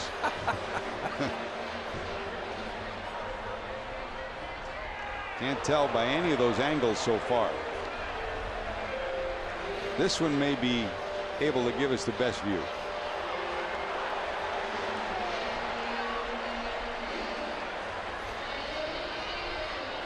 I think he's in there. We'll see. So far so good in terms of timing, though. The first challenge a minute 19, the second challenge a minute 50.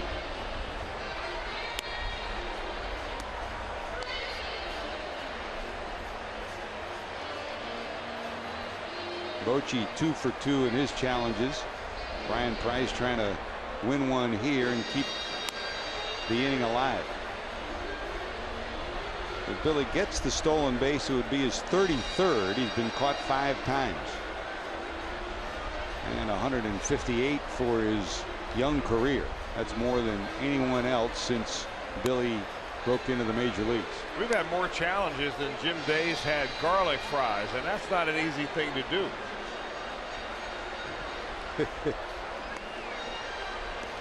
JD's past the garlic fries. He's now on to the sushi. Safe. 3 for 3 in challenges today are the two managers. So Billy picks up stolen base number 33.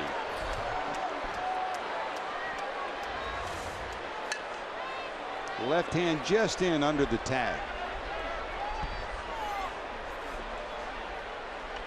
Number 159. This kind of shows you, though, that for years and years and years, runners are being called out at second base on plays where it looks like the ball beats them, but it really didn't. There goes Billy towards third. The throw not in time, and he picks up his 34th stolen base and number 160 for his career. With 2 outs, I'm really surprised that Posey even threw that ball. It nearly went into left field.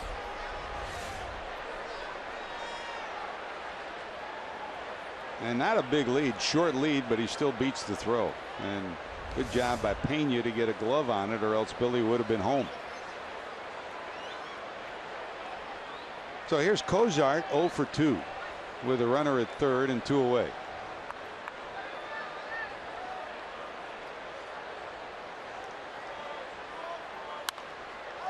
That's pop foul to the right side.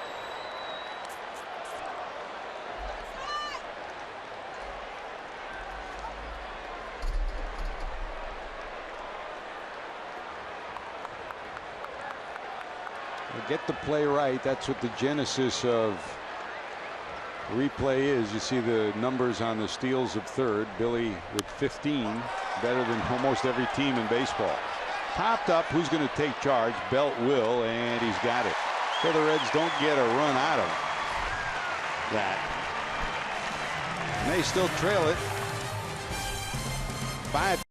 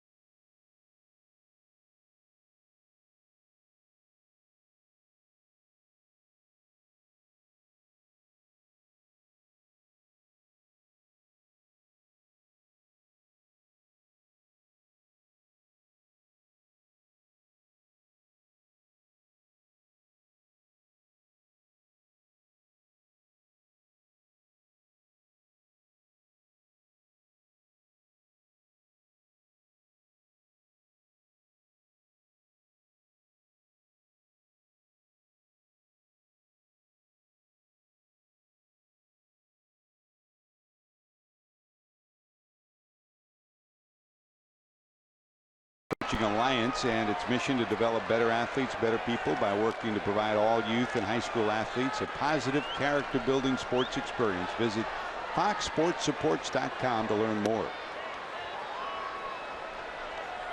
So Cody's still in there as we go to the bottom of 5. Posey to lead it off. Buster fly to center, fly to right, 0 for 2.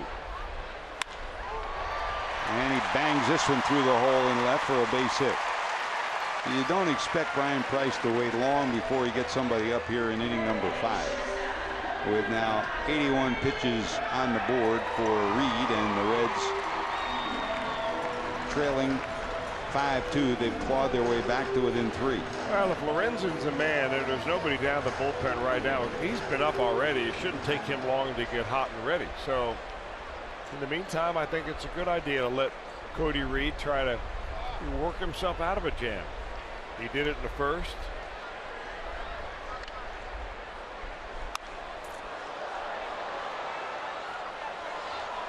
Here's Crawford, 2 for 2, 2 singles and a run scored.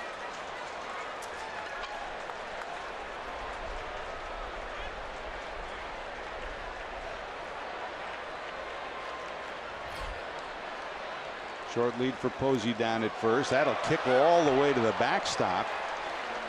A wild pitch charged against Reed, and that'll eliminate the possibility of the double play. Put a runner at second with no one out.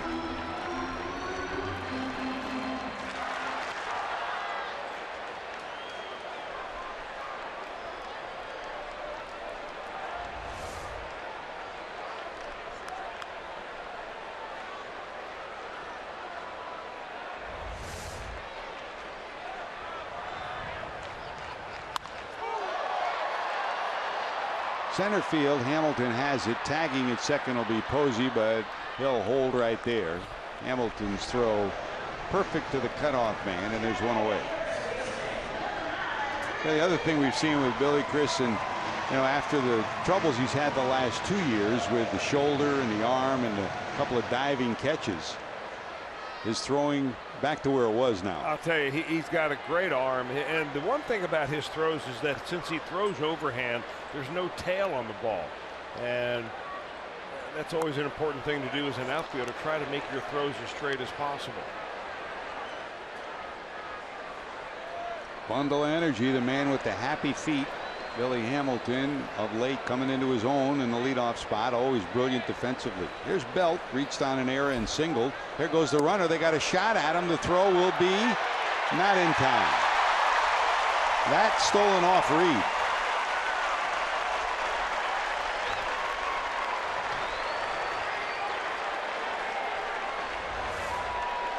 Well, he never really checked the runner, but still Cabrera had a good chance of throwing. That ball just was too high to be able to catch it way upstairs and then bring the glove all the way down to make the tag. There'll be no review of that one. 6 stolen bases for Posey this year. He has not been caught. Smart base runner. And he picked the pocket of Cody Reed. Infield in with 1 out, runner at third. Belt trying to elevate a fly ball at the very least and get a run in.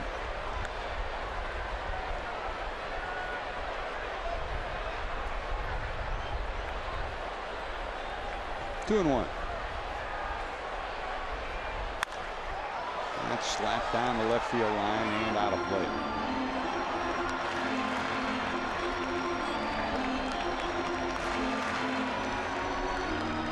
For Belt, the All-Star appearance was the first of his career. Native of Texas.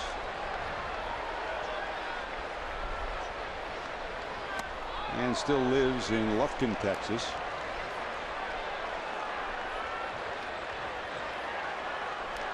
Now Reed tried to get that pitch inside that time. Cabrera was snug underneath his arms, but just unable to do that. Come right on back in there. Full count, 3-2. And he did.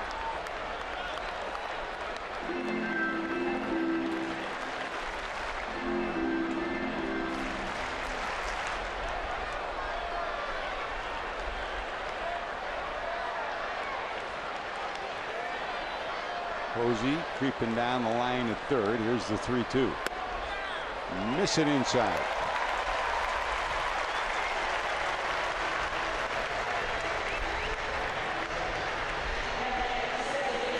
second walk, the first intentional issued by Cody Reed back in the third. And here comes Grant Green with first and third. So now Suarez will stay even with the bag at third. Votto will hold the runner at first, and Phillips and Cozart will drop back to double play depth.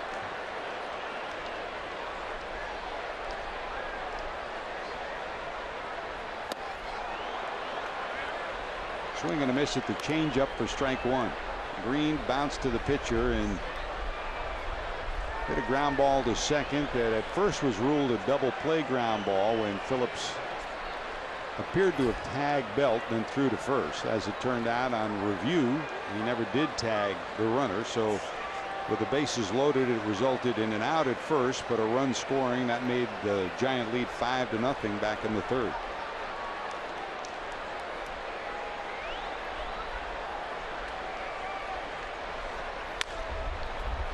Dribble down the third, but foul.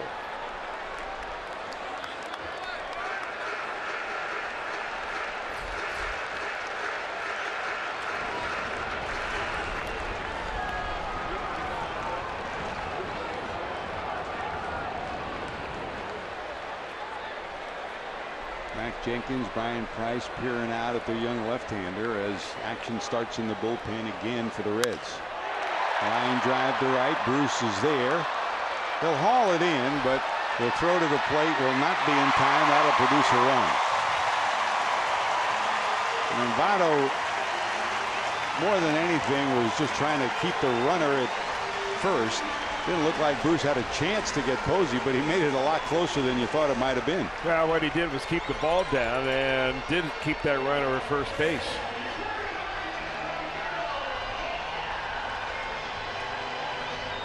Well, the run scores on the sacrifice fly by Green, and it's 6-3. Giants have the lead. So the stolen base by Posey pays off for the Giants.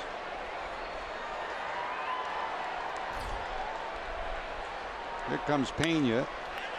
Bouncer to short. Backhanded by Cozart. They'll get the out at second for the final out of the inning, but a leadoff base hit, a wild pitch, and a stolen base in the sacrifice fly. It's 6-3 Giants. 6-2 Giants, rather.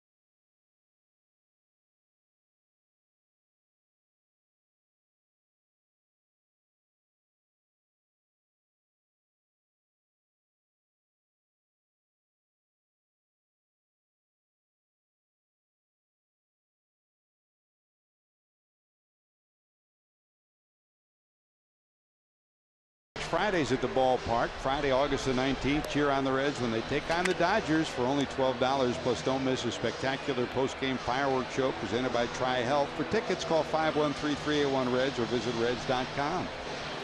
Fireworks Fridays, the best fireworks in baseball. Fireworks last night for the Reds. Jay Bruce, 2 home runs. Suarez contributed with another 2-run shot. Tonight, the big fireworks came off the bat of Matt Cain, a 3-run home run, and that's the difference in the game right now. He's given the Giants a lead. The Reds trail it 6-2 as we head to the top of the 6th. Joey Votto will lead it off. Votto homered in the 4th to lead off the inning, his 18th homer of the year. By the way, I hope you join us tomorrow. One of the greatest Reds pitchers of all time. We talk about the great Giant pitching tradition and Reds pitching tradition. There's a liner towards the alley in right center field. Span will cut it off. Votto will have his second hit. Joey's hit streak now at 11 and his second hit of the night. But tomorrow, Jim Maloney will stop by and visit with us. The Fresno native, still very much active watching the Reds. I mean, he'll be sitting up with his wife Lynn watching Reds baseball all the time. And he's going to stop by and visit with us, talk a little Reds baseball. And always great to talk pitching with him, huh? He knows a lot about it. How about Joey Votto now? With that base hit, he has got his batting average to 280. Which in the lineup tonight, he's got a higher batting average than anybody else in the lineup. And he went through the first 3 months of the season, he was hitting on the interstate. Swing and a miss by Bruce. Jay walked in the 1st, or rather bounced out in the 1st and struck out in the 4th.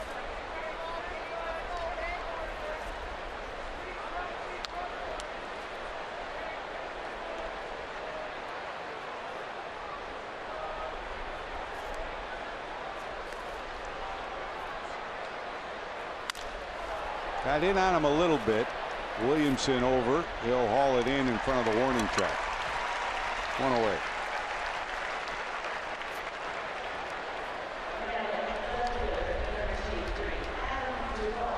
Saw the deal earlier today that Jim Day reported on. Upton traded from San Diego to Toronto. And Chris, I think that further complicates the list of teams that might have been interested in Jay Bruce. Well, I think it also shows you, George, what I mean this year. I'm not saying that Upton's the same player as Jay Bruce, but this year they had comparable statistics.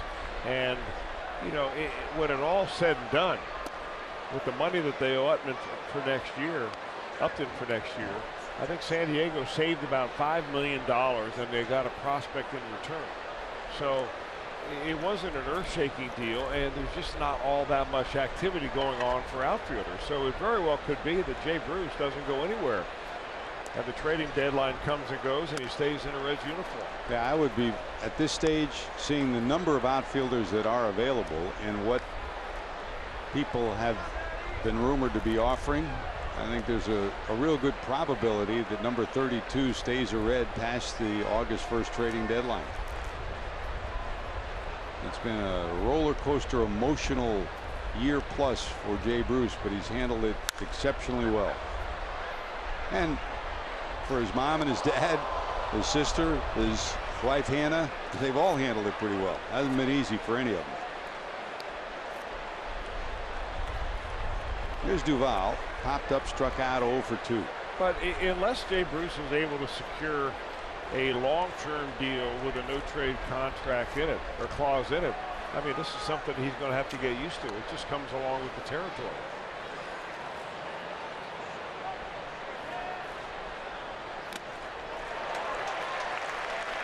Two balls, two strikes.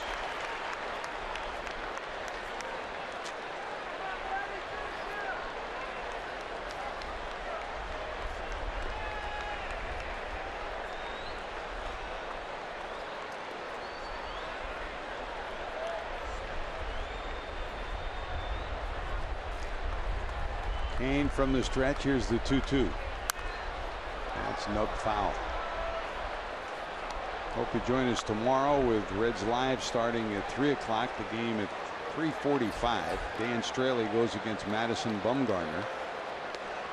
George Contos loosening in the bullpen for the Giants under the tutelage of Mark Gardner, the Giants bullpen coach. Bumgarner will be looking for his 11th win of the year, and the ERA as usual right around 2. He's one of the premier pitchers in all of baseball. And Chris, we haven't had a chance to see him much over the last couple of years, so always a treat to see the best, even if you got a hit against him. Well, the guy is just, he challenges you every pitch. I mean, when you face Madison Bumgarner, it is you versus me, and I'm coming right after you. And you like to see that. And Matt Cain is pitching like the old Matt Cain so far tonight. He's given up 5 hits and 2 runs, but what he's been able to do is to throw that fastball just above the hitting zone. Great example is in this at bat against Duvall. He's just staying right inside a little bit, just a little bit too high for Duvall to get that barrel on. Posey sets up down and away.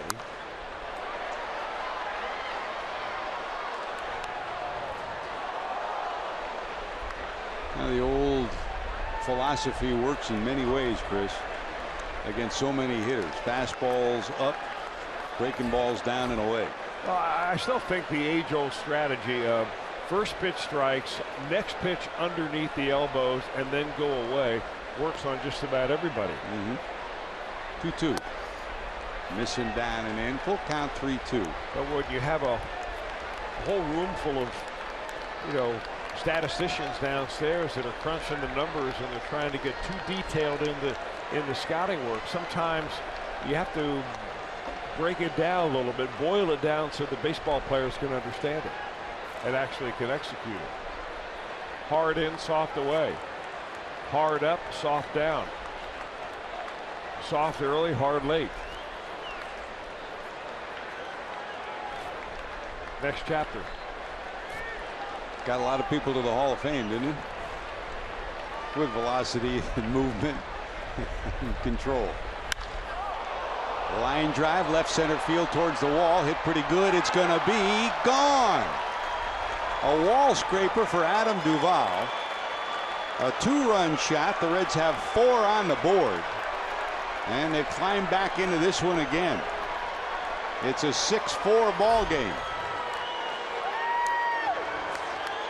Now the former Giant delivers a bolt against his former team, and the Reds are back within 2, and that'll be it for Cain. Boy, he made a mistake out over the plate. He was trying to go back inside one more time to try to get Duvall to pop it up, and Duvall popped it out of here.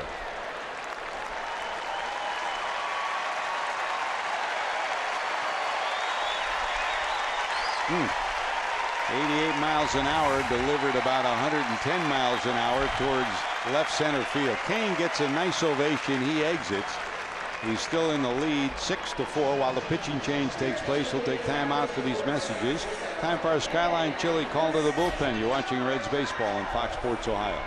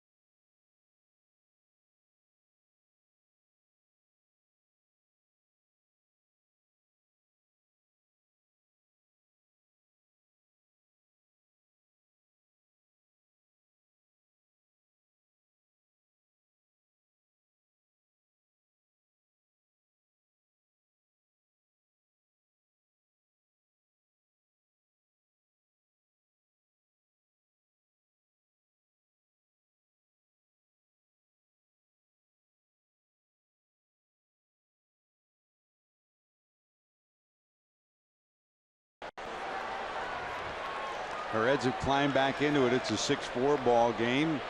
Matt Cain out. Here's George Contos, the big hard-throwing right-hander who takes over with 1 out and 2 runs in the 6th. He'll face Brandon Phillips.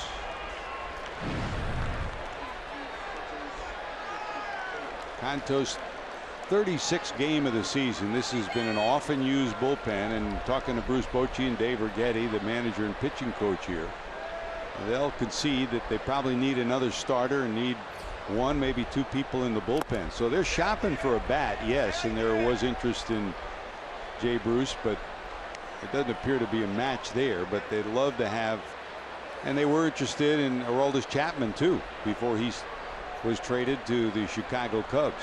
They'd like to get one or two in the bullpen and another starter.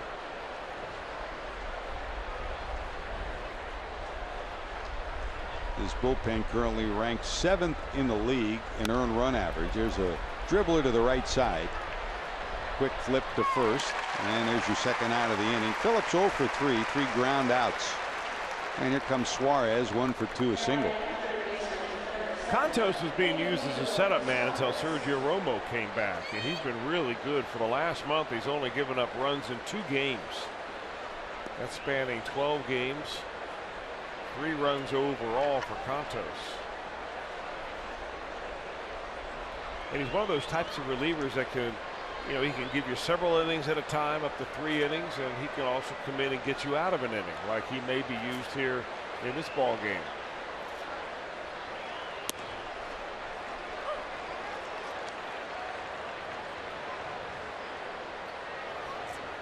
Here's Suarez, popped up to the first baseman and hit a solid single to center.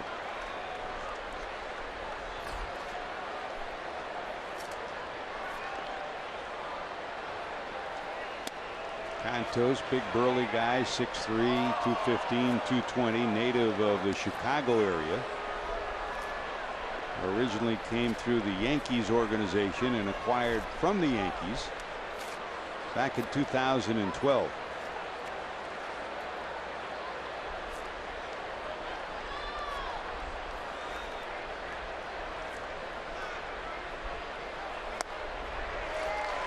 Party on that one, 1-2. Votto a single. Adam Duvall his 24th homer. And the Reds have clawed their way back to within 2. You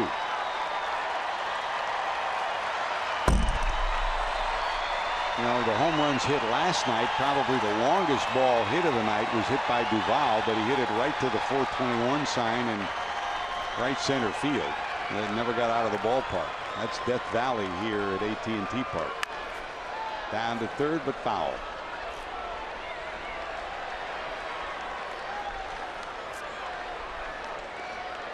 The Giants, we talked about their 1-8 start, worst in baseball.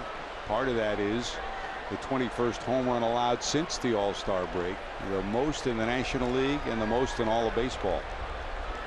Matt Cain gave up 3 home runs in his last start, 2 in the 3rd innings in Boston, and here he's given up 2.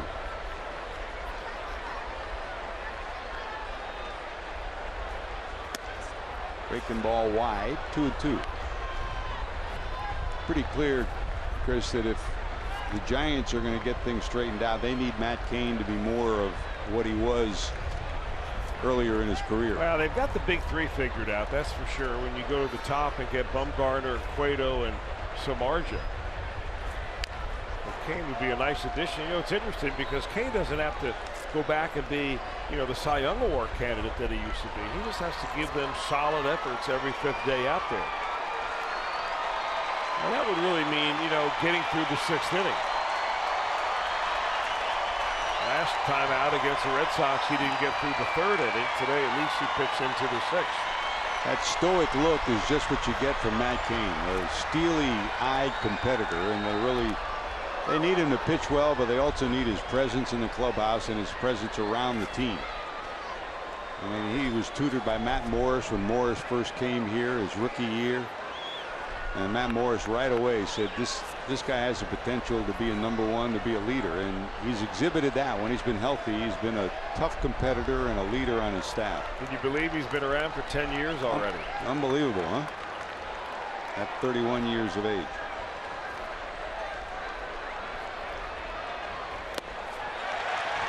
Good movement on that one from Contos. Suarez strikes out, but the Reds strike back. Votto, a base hit. He's hit in 10 straight. Duvall, a homer, is 24th, and the Reds are within 2.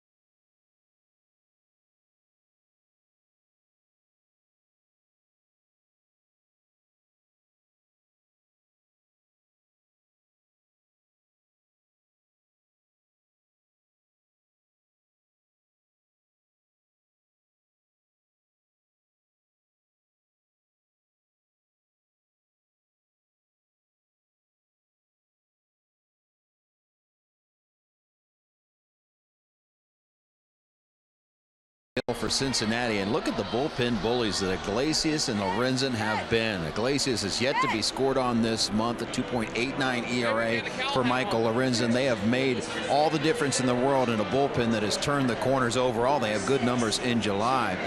And Brian Price was asked today, are you finally settling into roles in the bullpen? Iglesias perhaps a setup guy with Cingrani in the ninth, and he said, nope, not yet. In fact, I kind of like the old school feel of the bullpen, and he mentioned ambiguity, meaning those guys don't know when they're coming into the game. It could be any situation, and when that bullpen phone rings, you'd better be ready, whether it's early in the game, late in the game, crucial situation. He likes the ambiguity, as he puts it, right now. Got to be on your toes. Thanks, JD. Reminds us, Chris, as Lorenzen comes in and gets a 1-pitch out to start the bottom of the 6th inning. Reminds us of the line of Don Zimmer when he was a manager in Chicago, and one of his pitchers said, I want to know what my role is. And he went in and gave his clubhouse speech and read everybody the riot act. Said, roles is something you have for dinner. You just pitch when I call you, right? Well, that is the old school approach. But of course, now with statistics out there that measure holds and saves and just about everything else, guys want to have a better idea where they fit in. Some managers go along with that, some don't.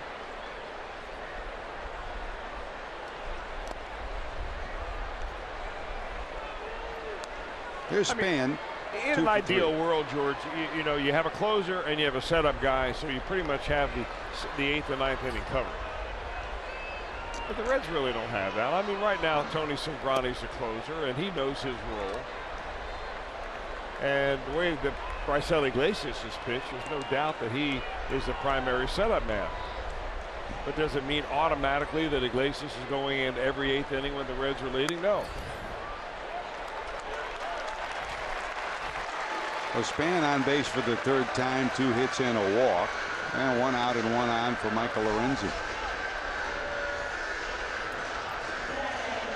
And you put a bullpen together, and the Reds started behind the 8 ball with Lorenzen, Iglesias, Bailey, DeSclafani all on the disabled list. So not only was the starting rotation in question, it trickled down to the bullpen.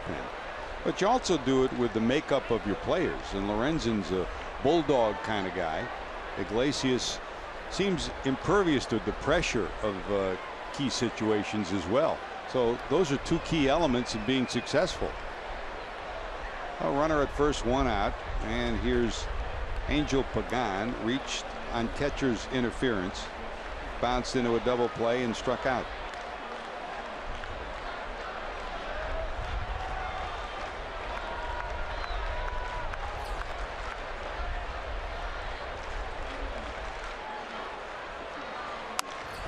I think in addition to what you just said, but you're also adding 2 quality arms to the bullpen. I mean, this kid throws 100 miles an hour, or can, and has in the past. And Iglesias, the scouts today who I saw after them seeing Iglesias for the first time, some of them were just raving about that guy. So, I mean, the Reds have something right here. They're going to nurture it along. I'm not sure long range that Lorenzen's going to end up in the bullpen. I think he had his heart on being a starter, but he just may be a better fit here in short bursts. And still to be determined is where Brandon Fittigan fits into the picture as a starter, or possibly in the bullpen too. No balls, 2 strikes to the switch hitting Pagan, batting from the left side for the first time tonight.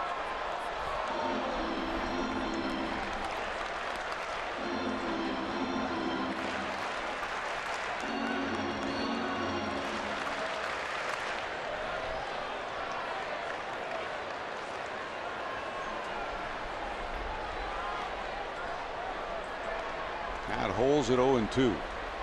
Span short lead down at first. Bounce down to second, 4, 6, and they'll get Pagan too. The 3rd double play for the Reds tonight erases the base runner. So we're going to the 7th. Reds need some runs.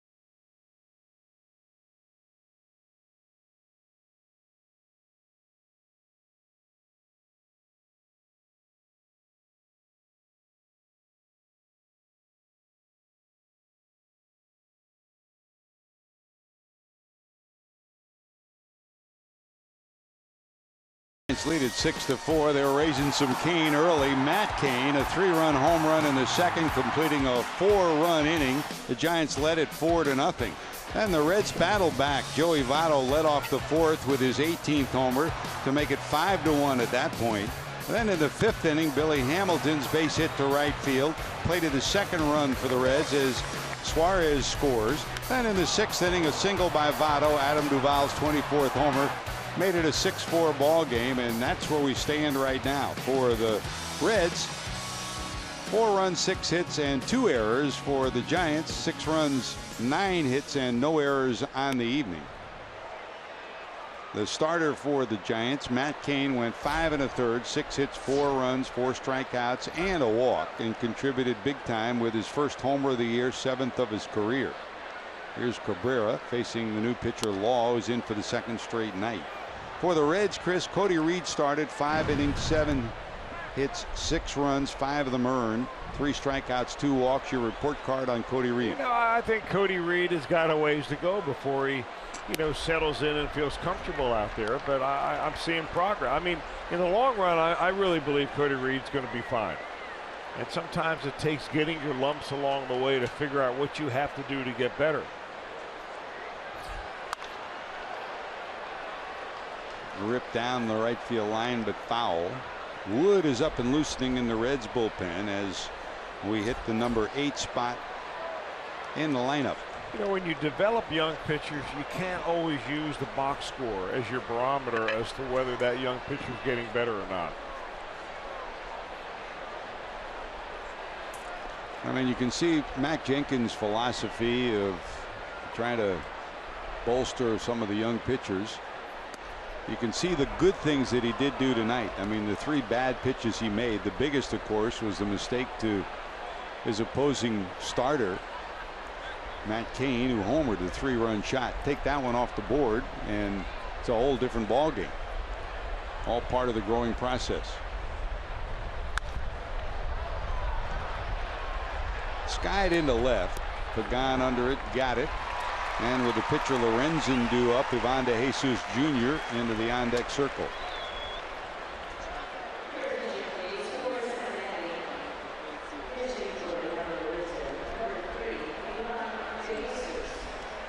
So Ivan at 235, a homer and 14 knocked in.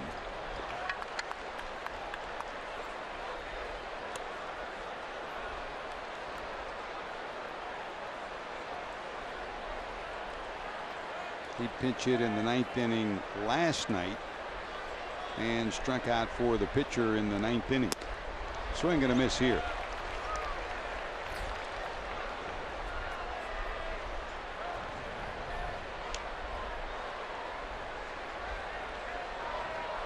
Law last night, 2+ innings and 2 hits. He came in the 6th inning.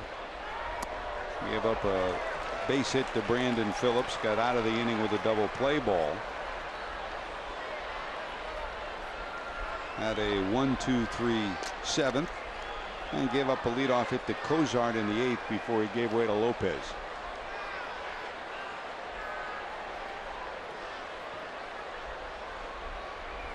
One extra pitcher and 1 fewer position player for the Giants. 6 right-handers and 2 left-handers in this Giants bullpen.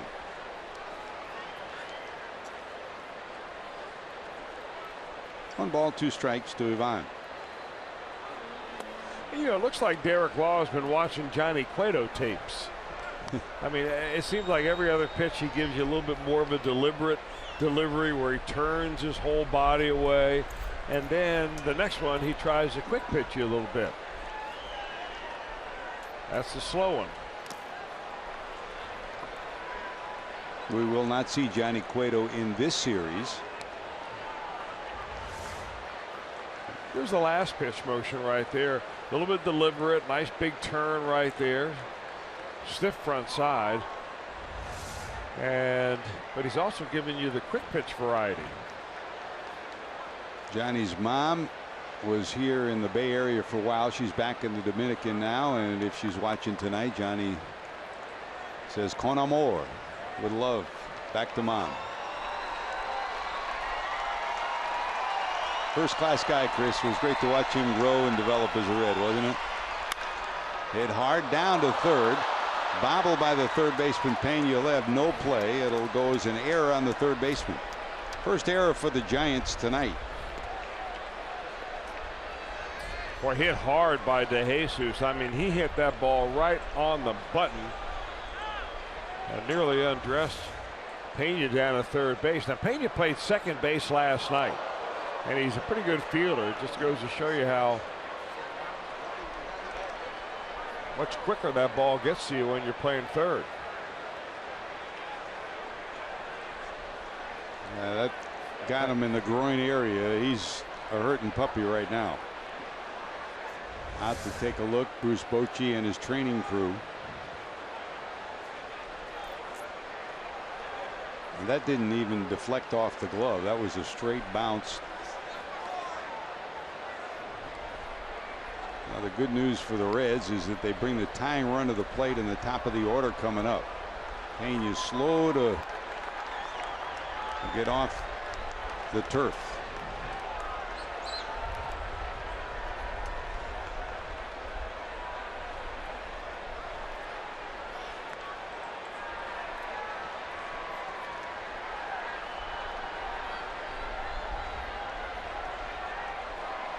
It's the Giants bullpen that, like their defense, has struggled since the All-Star break. So the Reds trying to make some hay in 7, 8, and 9 and find a way to get back to a lead in this game. Well, Pena's going to stay in, it appears. And here comes Billy.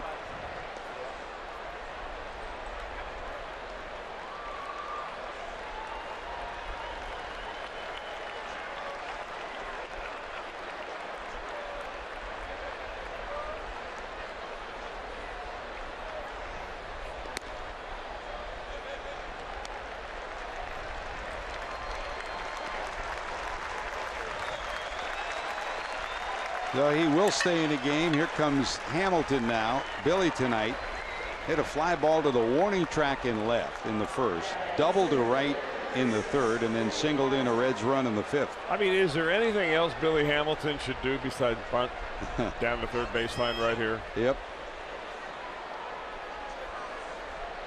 I mean, Pena doesn't want to move.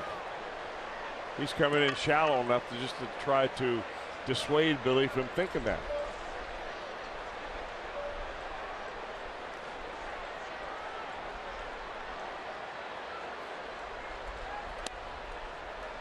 On the corner, says Joe West, for a strike.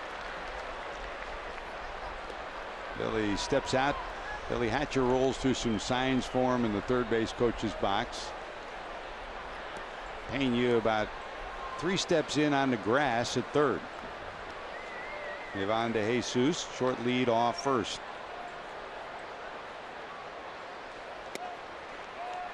On the corner again.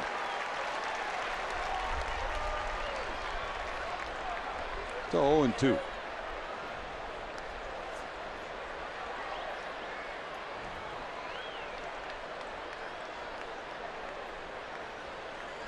Outfield swung towards left. Infield double play depth. In tight at second is Green. That's a fastball up high.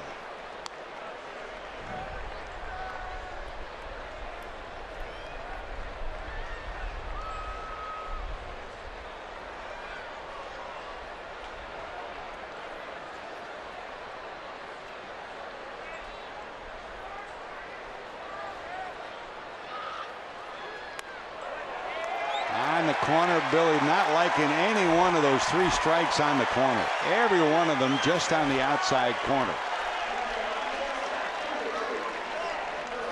Take a peek.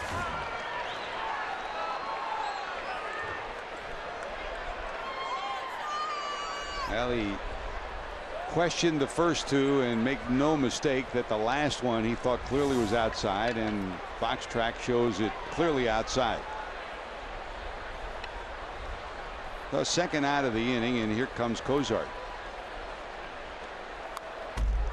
You know, balls and strikes, I don't know how they're ever going to solve the problem of pitches that are called balls that should be strikes and so on. But, you know, I think a hitter, if you call a strike that he thinks is a ball early in the count, okay, you can get away with it.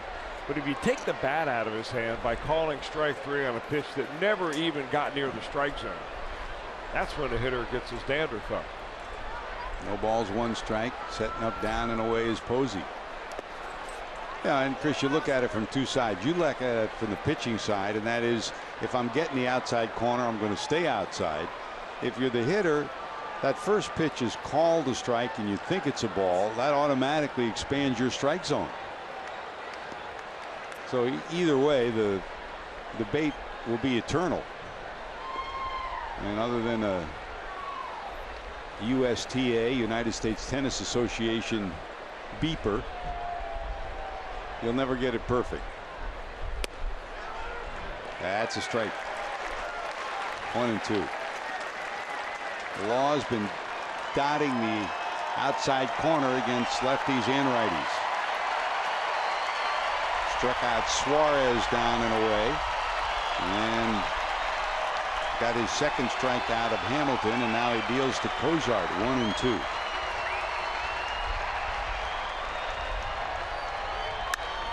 Line to center, sinking. It'll drop in front of Span, so Cozart bounces back. The Reds have 2 on now after the error and the base hit, and here comes Votto. Well, it doesn't look like Derek Law is going to get a chance to see Votto, not after him already having a couple of hits and a walk, including a home run. So the left-hander Javier Lopez coming in once again on back-to-back nights. He got Votto to ground out last night. We'll see what happens when we return. You're watching Reds baseball on Fox Sports Ohio.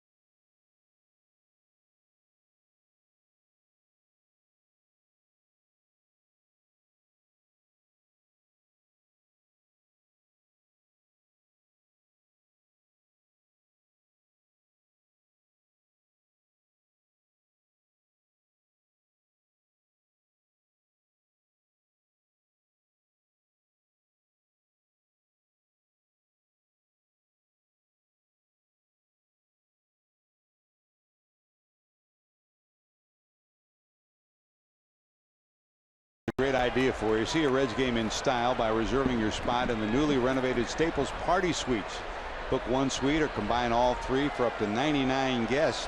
Enjoy the indoor comfort of a suite along with the outdoor patio furniture. Call 513-765-7600 for more. Here's Joey facing Lopez. He got him to ground out last night, and for his career, Votto only 1 for 11 against Javier Lopez. And over the years, Lopez has been the designated left-hander for Dave Righetti and Bruce Bochy against both Votto and Bruce. Bruce is 2 for 16. Votto 1 for 11 against this veteran left-hander. 2 on, 2 out for the Reds. The Cincinnati Reds trail by 2. That one misses inside, and it's 2-0. Well, this is the life of a loogie, a left-only one guy, left-handed pitcher. Come in there, and you're usually facing the best left-handed hitter on the other team. So far, Lopez has the advantage. Dribbled down the first base line, but foul. 2 balls and 1 strike to the Reds first baseman. You know, a guy like Lopez can pitch for a long time, but he's so valuable to a ball club because there seems to be every other night, a time when that big, rough left-handed hitter comes to the plate and you need to get him out, and the Giants are there right now. Loop down the left field line, curving, it'll be foul and into the seats, so the count evens at 2-2. And I'm always amused by the comments that managers make, especially coming out of spring training when they don't have a pitcher like Lopez. And they say, well, I'd rather have a right-hander with good stuff anyway than a left-hander that just slops it up there. Those are the people that don't have a left-hander. Exactly. It worked for Jim Leyland and Tony La Russa and down the line, right? 2 balls, 2 strikes. Votto digging in against Lopez. Base hit here could pull the Reds to within 1. Bounce right back to the pitcher, and Lopez will win this battle again. Well, Lopez back-to-back nights gets Votto to ground out. The Reds still trail by 2. To the bottom of 7 we go.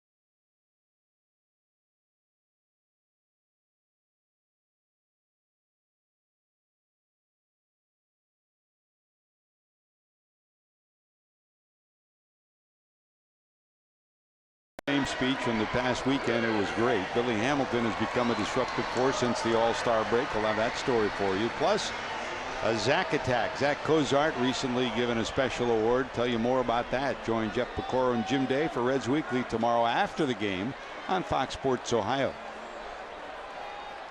And don't forget, after the game tonight, Jeff Piecoro, Brian Giesenslaw will wrap up this day in baseball. Hopefully the Reds can find a way to rally here in the last couple of innings. Here's Blake Wood, who'll take over in the bottom of 7. Facing Mac Williamson. Williamson 1 for 3, single to center.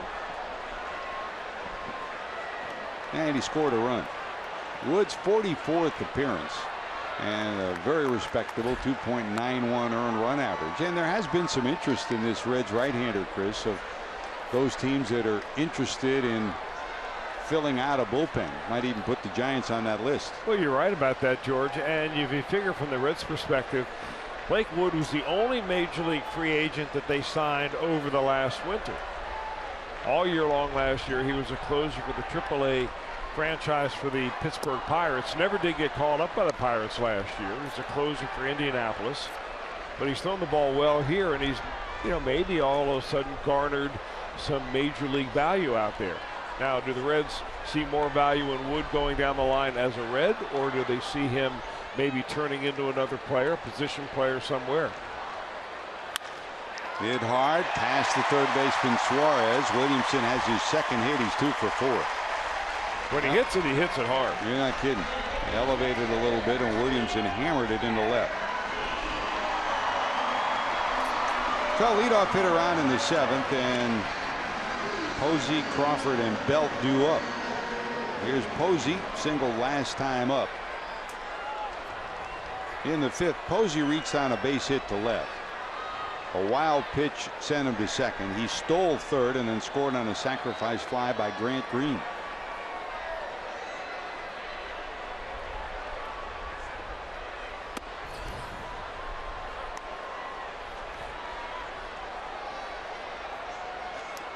Ron Wotus, the bench coach for the Giants, talking to Pena, still pained after having the bell rung by that ground ball last inning.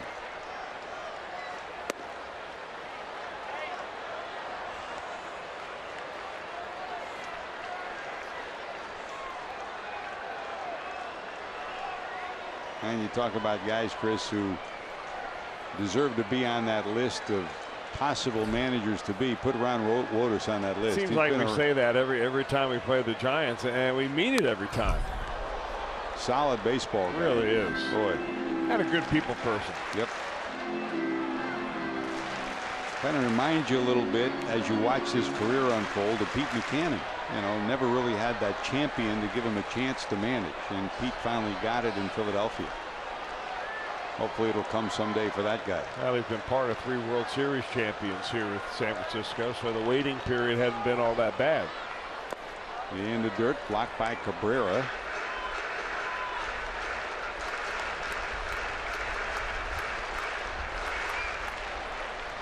Two balls, 2 strikes.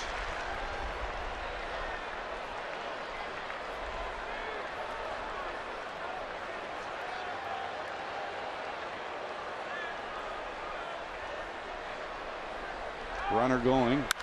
That hit right past where Phillips was. It'll be first and third. Good job of hitting by the former MVP. Buster Posey hits one right where Brandon Phillips was as he went to cover the bag, and it's first and third with no one out. Well, they're going to send the runner right here, figuring if Posey was going to make contact somewhere. I can't really call it a straight up hit and run. That with 2 strikes on the hitter, but they wanted to get action going with the runner on the move. And Posey hit it hard. It got jumped on a pitch right down the middle. Well, the one thing that has kind of plagued Blake Wood is, even though he's got a good earned run average, is the 27 walks he's given up in 45 or 46 innings. You're wild outside the zone, you're wild inside the zone. And first pitch, Crawford bangs it towards the alley. It's going to go all the way to the wall. 2 runs are going to score. Crawford around second will cruise into third with 3. So a triple for Brandon Crawford. 2-run score, and a 2-run game becomes a 4-run lead for the Giants here in the 7th.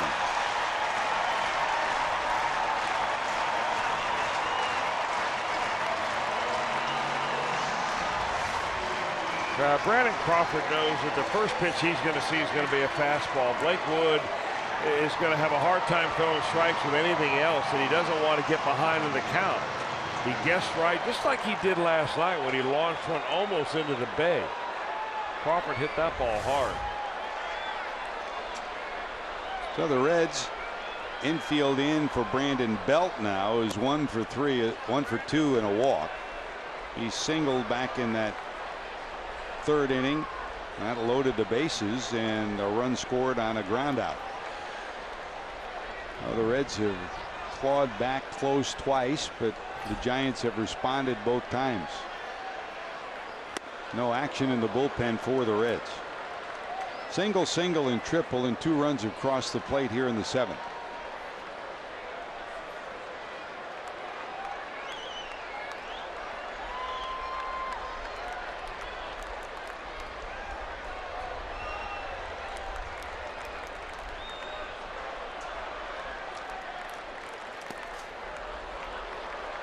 Blocked by Cabrera as Crawford was a 1/3 of the way down that 3rd base line.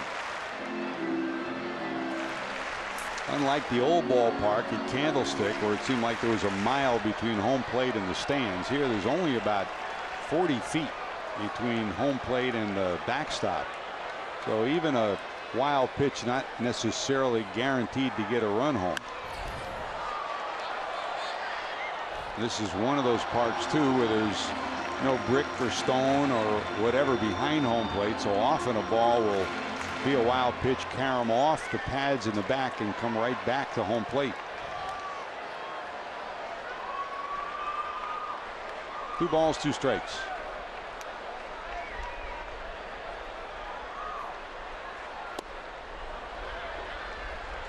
Yes, missing. Will go full 3-2.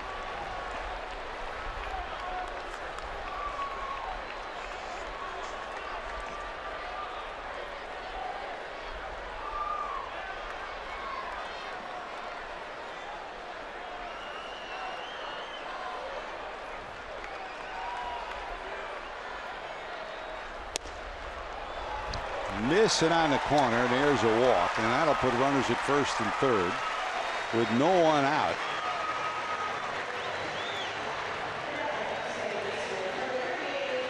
The Reds normally in these situations earlier in the game would send Phillips and Cozart back to double play depth, but here they'll keep him in tight even with the grass, already trailing by 4. And they're going to walk. Now they're going to bring him in. Absolutely right. And here comes Brandon Belt. 1 for 2 and a walk for Belt.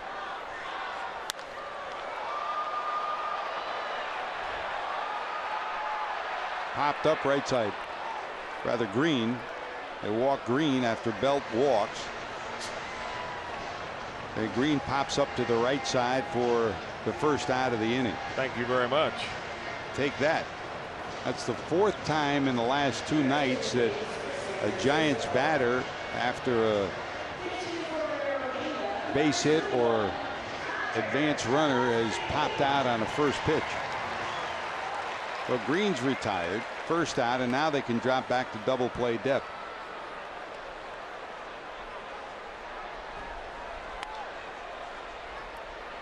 And here's Connor Gillespie, who will pinch hit for Pena and probably stay in the game at third. Gillespie played third yesterday. Reds have already turned 3 double plays today.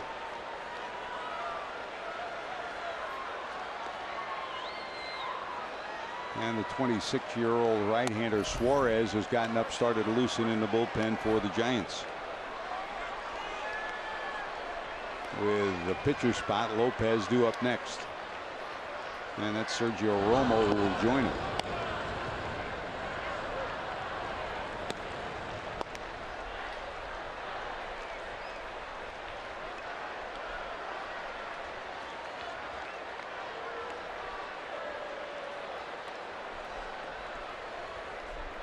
And for the Reds, Ross Ohlendorf has gotten up, started to loosen in the Cincinnati bullpen.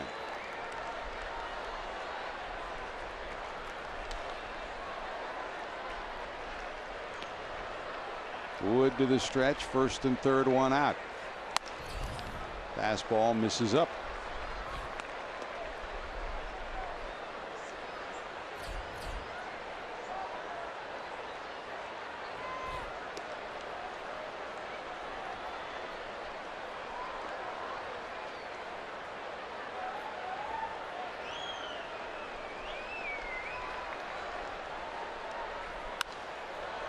That slapped the other way and out of play, 1-2.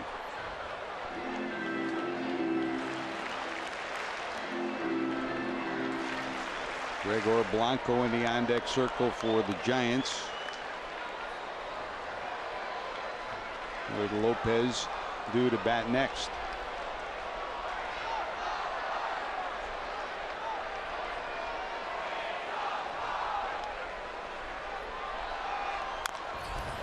Down to first, but foul. And you would expect if the Reds can get a double play ground ball off the bat of Gillespie here, Lopez will stay in to face Bruce when we go to the 8th inning. Bruce got the final out, rather Lopez got the final out, getting Votto to end the 7th.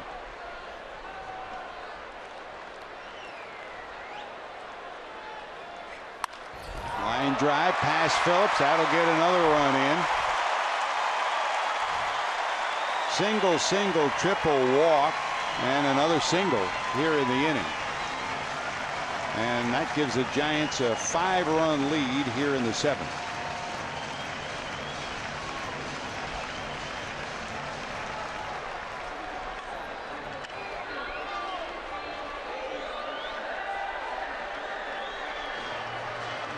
Well, Blanco will come in to pinch hit. Lopez will exit the game, and now the Giants have increased that 2-run bulge to 5. And out comes Mac Jenkins to talk to his right-hander. Ohlendorf still loosening in that bullpen.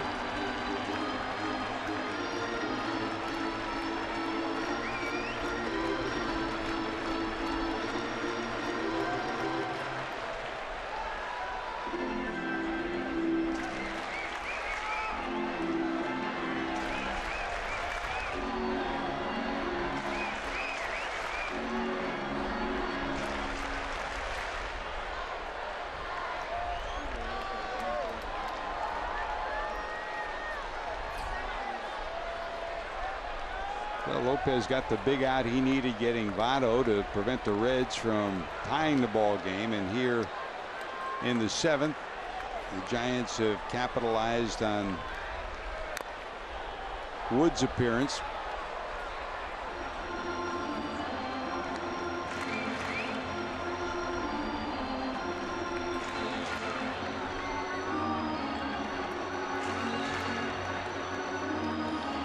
Blanco pinch hit last night.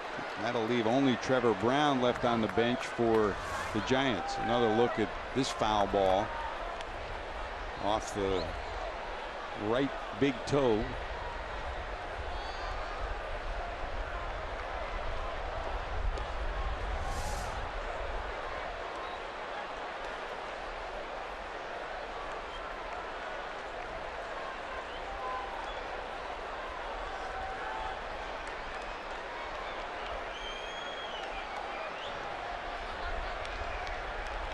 Wood to the stretch, 2 on, 1 out. That's a strike.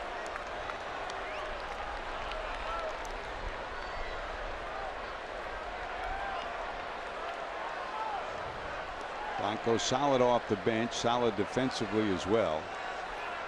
He's been part of the magic of the Giants in their World Series runs. 3 World Series titles in this last decade.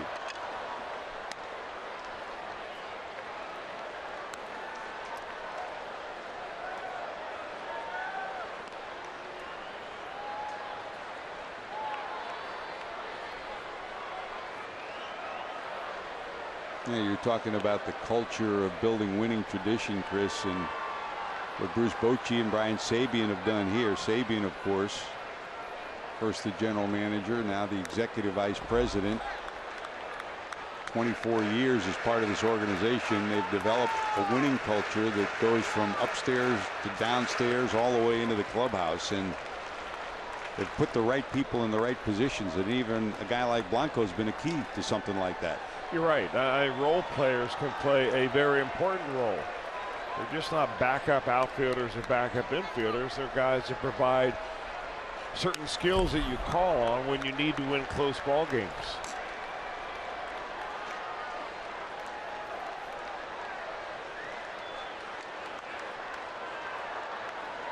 That said, though, the fans here in San Francisco, you know, they're somewhat spoiled.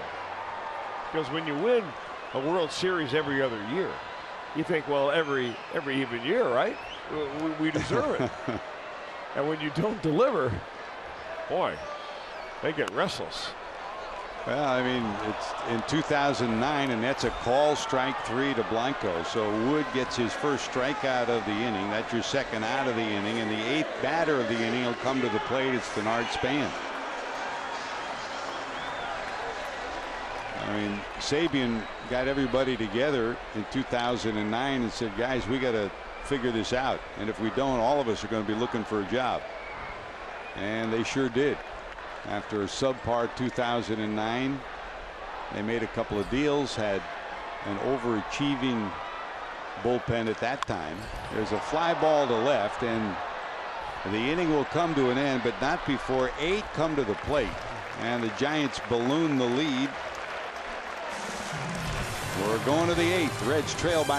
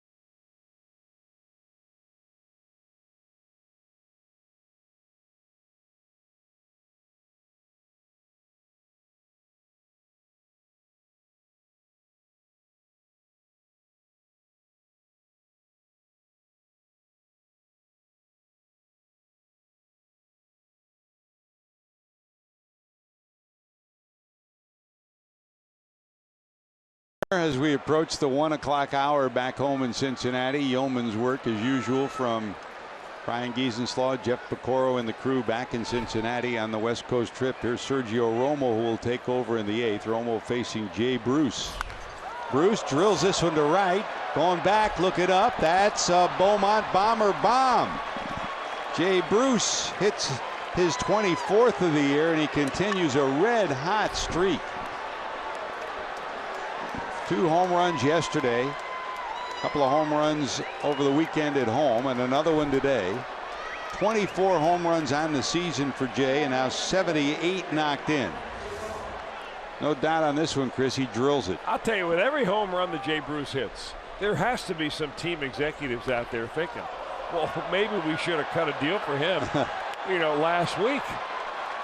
And we would be the beneficiary of all these home runs that he's hitting right now. And he is hitting a bunch of them. 24 for Bruce. 232 for his career. And that's now 4 straight ball games with a home run.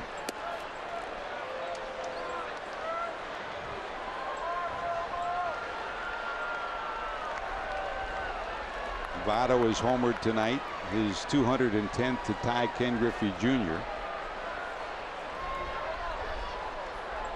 And the home run by Jay stretches his hitting streak to 8 straight. So Votto's increased his to 11.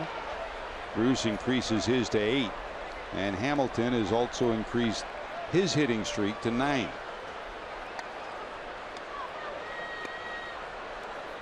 There's Duvall. Adam homered back in the 6th, the 2-run shot after Votto had singled. Well, the Reds continue their home run assault. This one hit a ton to left. Forget it. That's heading to the Coke bottle. Way gone. About 10 rows from the top. And Sergio Romo has given back-to-back homers to the Reds here in the 8th. And the Reds claw their way back in it again. It's a 3-run game, 9-6. Well, just as Bruce ties Duvall, Duvall goes ahead, and then boom. Well, back-to-back home runs for the Reds in this inning, and back-to-back home runs in at-bats for Duvall. I mean, a hanger that just hangs right there. He's showing people here at AT&T Park why he was selected to participate in the home run derby. and why he's an all-star.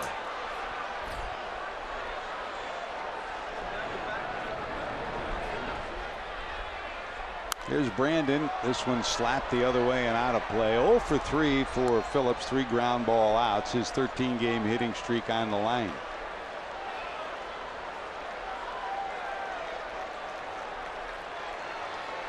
So Bruce 24 homers. Duvall 24 homers as they battle for the team lead, and the Reds trying to battle their way back into this one.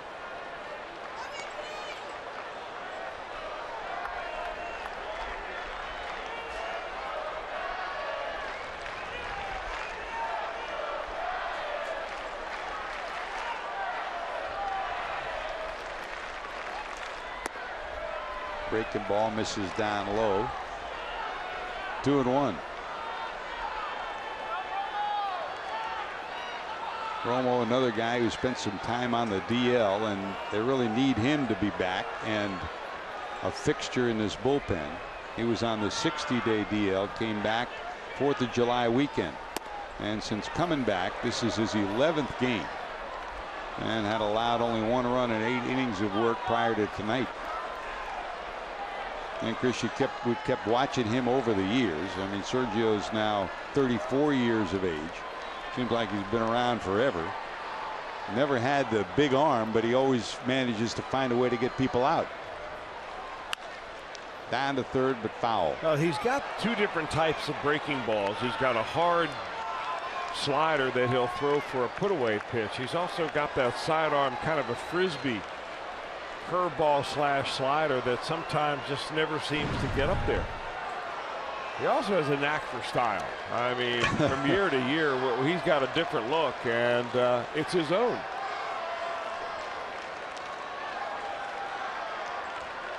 Full count, 3-2 to Brandon.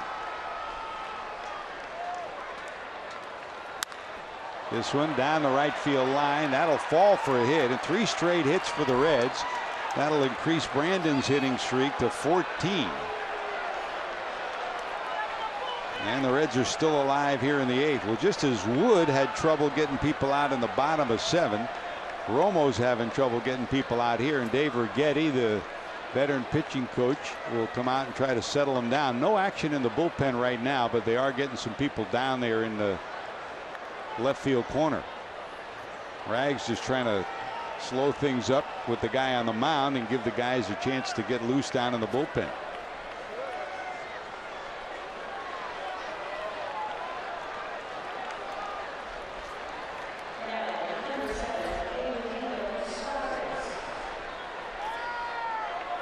Santiago Casilla, who pitched last night, trotting down there, and not in any hurry, trots down there trying to get ready. Here's Suarez, as the Reds are now within 3. Eugenio 1 for 3, a single. I'm going to bolt from him, and it's a 1-run ball game. And Ohlendorf is making his way down to the bullpen too, with the pitcher's spot 2 slots away.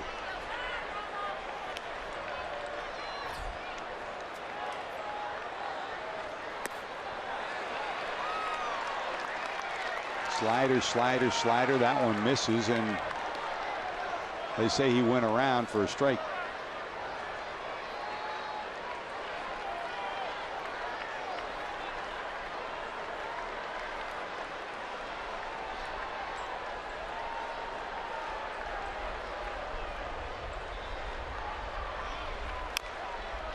Foul at the plate.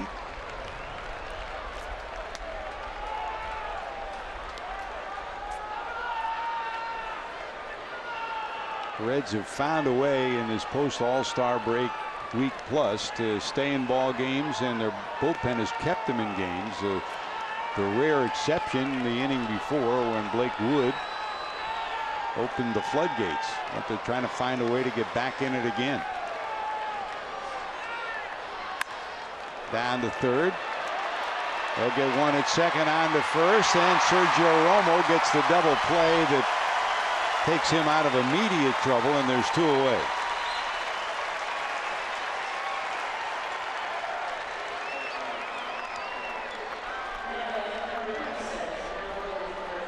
That's what Romo has the ability to do, Chris, with that slider. He'll get himself into trouble and find a way to get a ground ball. Well, you know, you throw sometimes they hang, guys take you deep. If it's a solo shot, it doesn't do much damage. But when he looks in to get a sign from Buster Posey, it's not really to throw what pitch, it's which slider do you want. There's Cabrera.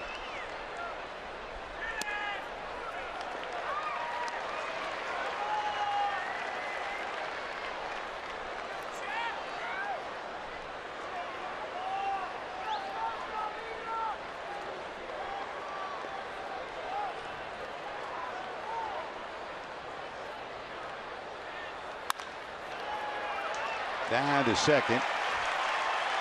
And that'll take care of the inning. A couple of bolts in the Reds. Bruce's 24th home run. Duvall is 24th. The Reds still trail this one 9-6.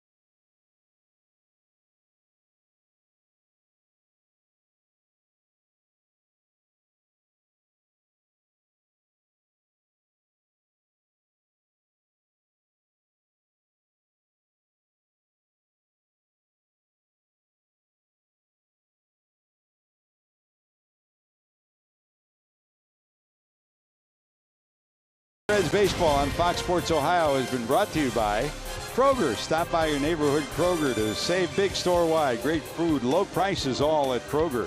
And by Toyota. For over 30 offers, visit buyatoyota.com. Toyota, let's go places. Hey, don't forget MLB.TV Premium, the #1 live streaming sports service, delivers everything you've come to expect and a whole lot more. Watch every out-of-market game live in HD on over 400 supported devices. Includes a free subscription to At-Bat Premium. Visit MLB.TV for more details. Here's Ross Ollendorf will take over. Angel Pagan hitting second in the order. The only Giant that did not bat in the 7th will lead it off here in the 8th. Ross Ollendorf will make his 43rd appearance of the season. Chris, he's been a middle relief guy, a setup guy, and been a closer for the Reds this year, and he's added a veteran presence in a very young bullpen. Yeah, I think that's a great observation, George, because they needed a guy like that, and they didn't want to go out and spend a lot of money to get a top-tier reliever. They were able to pick up Ollendorf after spring training was over, when he was not offered a job with the Kansas City Royals. And he's pitched some pretty good baseball for the Reds. 2 balls, 1 strike.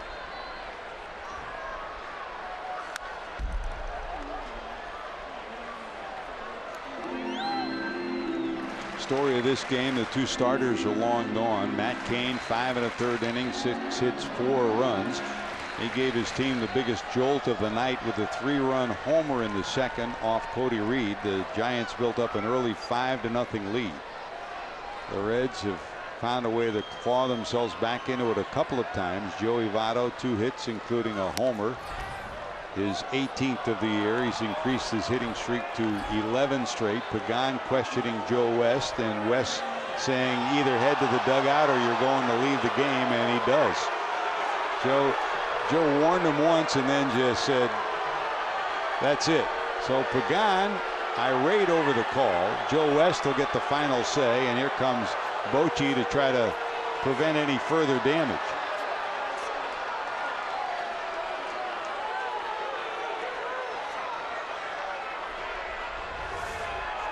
Another look, Chris. Well, we're looking at pitch number 5.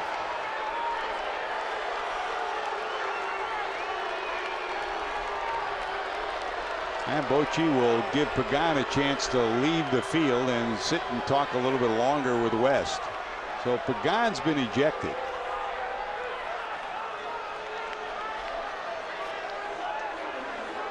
Joe's not getting quite the extension with that right arm when he's throwing those guys out that he used to. I mean, he used to really reach up there high, point to the heavens, but I mean, he's kind of short arming it now. I wonder if he's got a sore shoulder. From holding that microphone from his new CDs.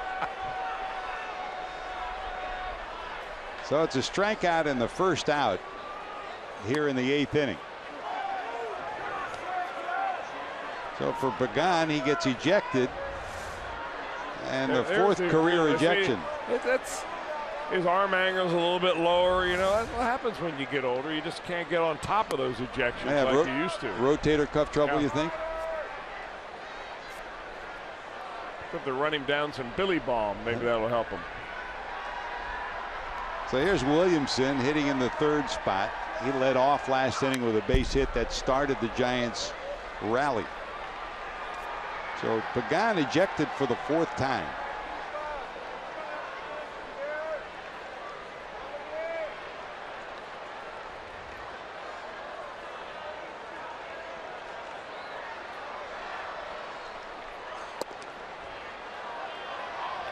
So Trevor Brown, the lone remaining position player for Bruce Bochy, will enter the game when we go to the top of 9. 3-1 to count. Tried to hold on it, fouls it off. Full count, 3-2 to Williamson. Williamson, in addition to that single last time up, singled back in the 3rd.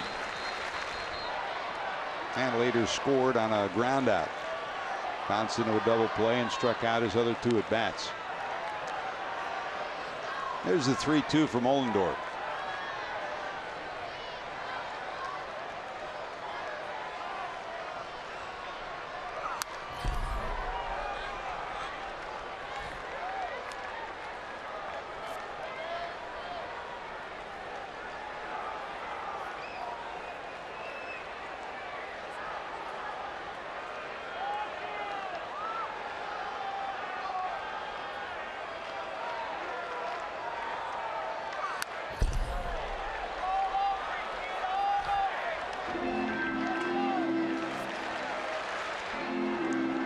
Come to San Francisco and you remember great players. You mentioned them earlier tonight, Chris.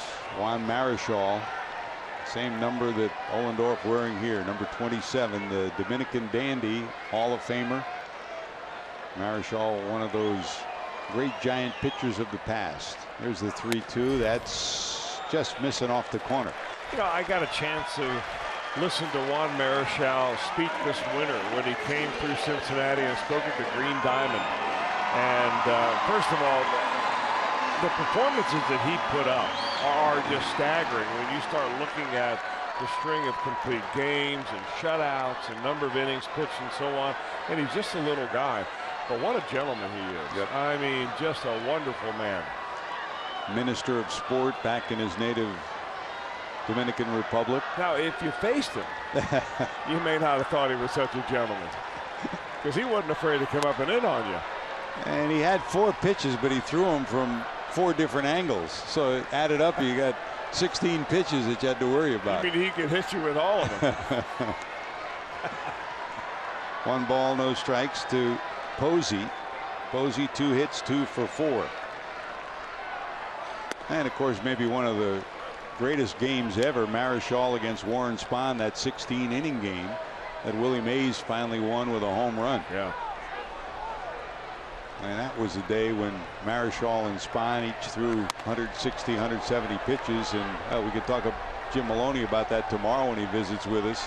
No stranger to 150 or more pitches was Jim Maloney, including I think he threw 168 for his no-hitter.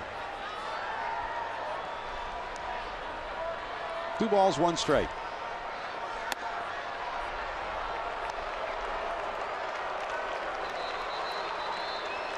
Now 3-1 with 1 out and 1 on. Crawford on deck for the Giants.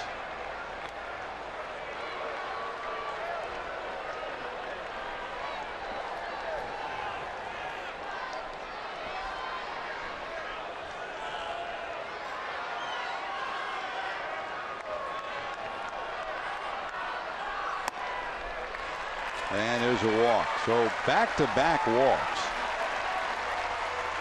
2 on, 1 out, and here comes Crawford.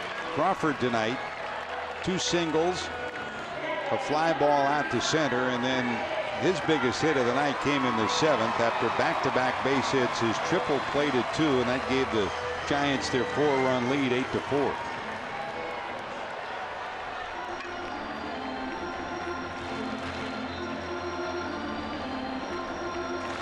We were privileged, Chris, to have Chris Spire as the Reds bench coach for a number of years with Dusty Baker, and this guy has taken Spire's number 35, and he plays the same kind of baseball that Chris played for the Giants. Very solid at short, and often will come up with a big hit for you. I never realized it, George. We worked for what, 17 years straight, and then since then on a part-time basis while you're still figuring out retirement. Yeah, I never realized you were so good with the numbers. I mean, I don't like the Giants uniforms because they don't have their names on them. You remember an old timers that haven't played for half a century. In fact, I said to Righetti, we saw Rags down on the field today. It seemed so strange. There's 58. That was your number, wasn't it? Your first spring training. Righetti wore number 19. He went back to play the Yankees this past week, and Tanaka pitched against him wearing number 19. He said that was strange. Well, when they gave you numbers in the 60s back then in spring training, they might as well, instead of giving you a number, just wrote your name on the back as no chance.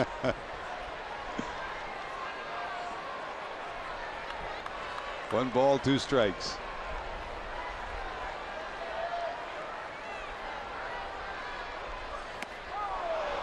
Got him. Good job by Ohlendorf after the 2 walks. Gets his 2nd strikeout of the inning. Now, would you wear at St. X? I can't even remember what number. If we had numbers.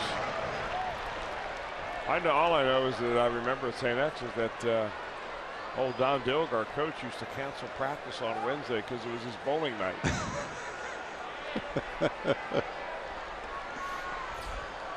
I love that guy, though. As tough as he was. Not as good a coach as Ron Roth, though. Well, I learned a lot from Ron, and actually I'm continuing to learn from Ron. That's right. We've all been pretty lucky to have some great coaches, huh? Here's Belt on the inside corner for a strike, 1-1. Brandon tonight reached on an error, singled, and then walked twice. So add it all up, he's 1 for 2. And now 24 for 45 against the Reds in the last 2 years. There's no player in Major League Baseball that has a higher average against a team than Belt has had against the Reds the last 2 seasons. 2 on, 2 out. Way out in front.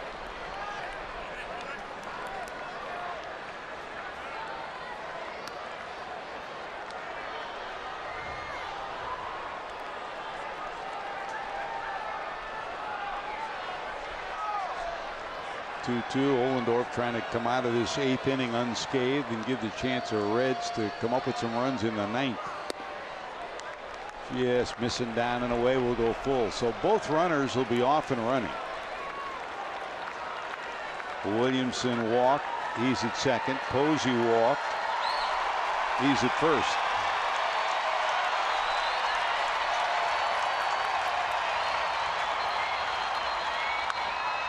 Popped up left side, but it'll reach the seats. Another sellout crowd here at AT&T Park. The sellout numbers now past the Cleveland Indians to rank as the #2 all-time consecutive game sellout streak in all of Major League Baseball, behind only the Boston Red Sox at 794. That's a ball 4, and the bases are loaded. 3 walks here in the 8th.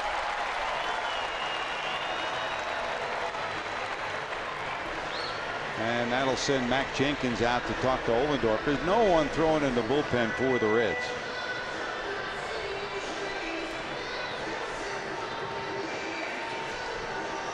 Here's a chronological look at those longest streaks. 794 for the Red Sox from 2003 through 2013. The Giants now at 456, 1 ahead of the Cleveland Indians. The Indians' great streak came from 1995 to 2001. And of course, the Dayton Dragons have the longest streak in all of professional baseball, 1,166 and counting. Congratulations to everybody up in Dayton. Now we know that Hal McCoy was in the man cave earlier tonight. I don't know, it's about 1:20 Dayton time. He may have packed it in by now. What do you think? I don't think so. My bet is he's still up. The real McCoy. He even sent a picture of himself to me on of him sitting in the man cave. I wish we could show you on the air, but we don't want to scare anybody. Here's Grant Green. Green hit into a force play back in the 3rd, plated a run. A sacrifice fly in the 5th, plated a run. 2 runs batted in. High in the air in a short center field. Who's going to get there? Cozart does, and he holds on. So the Giants will strand 3 here in the 8th. They've stranded 10 on the night. The Reds' last roundup, they trail by 3.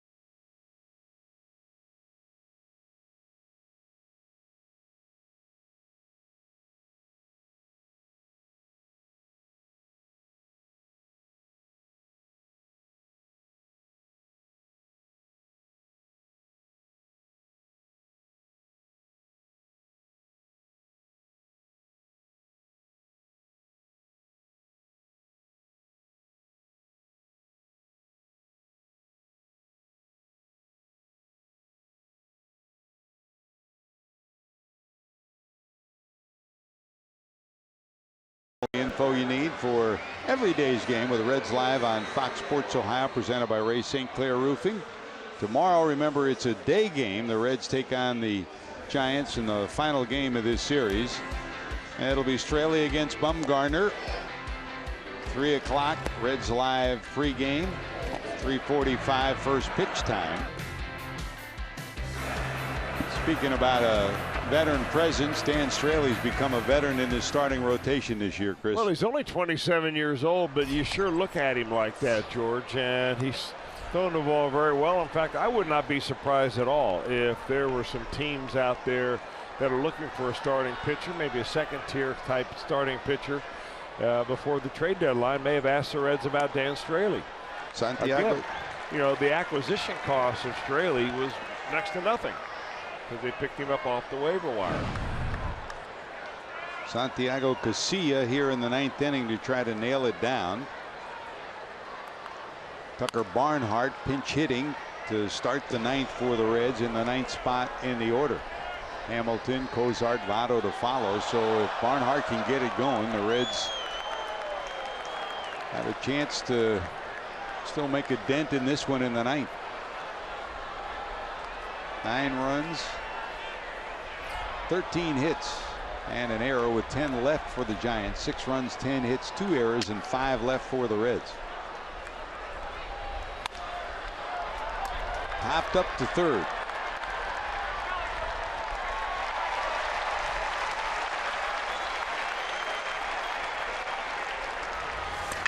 That last foul ball down the line. Watch this guy. He said, I got my one chance, but he left his bag with his lunch behind it, but he got the baseball. Gravity wins every time. Whoever thought you'd see a Dallas Cowboys shirt at AT&T Park, huh? Pop up and 1 away. Back to Billy Hamilton, and look out.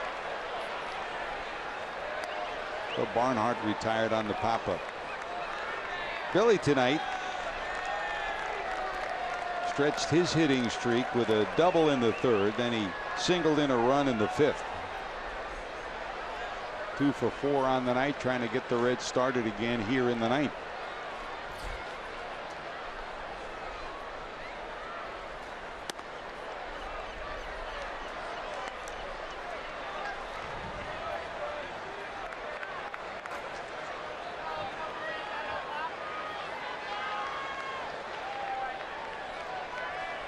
Gillespie in tied at 3rd, about 3 steps in on the grass, guarding against the possible bunt.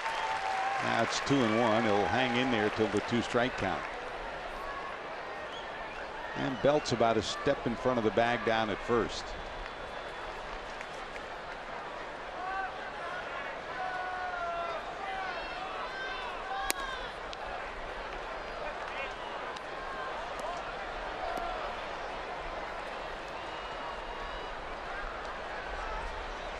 A long night of baseball, and everyone who had a streak going has kept it alive for the Reds, beginning with Brandon Phillips, who now has a 14-game streak. Swing and a miss, full count, 3-2. Hamilton at 8, Votto at 10, Bruce at 8, Phillips.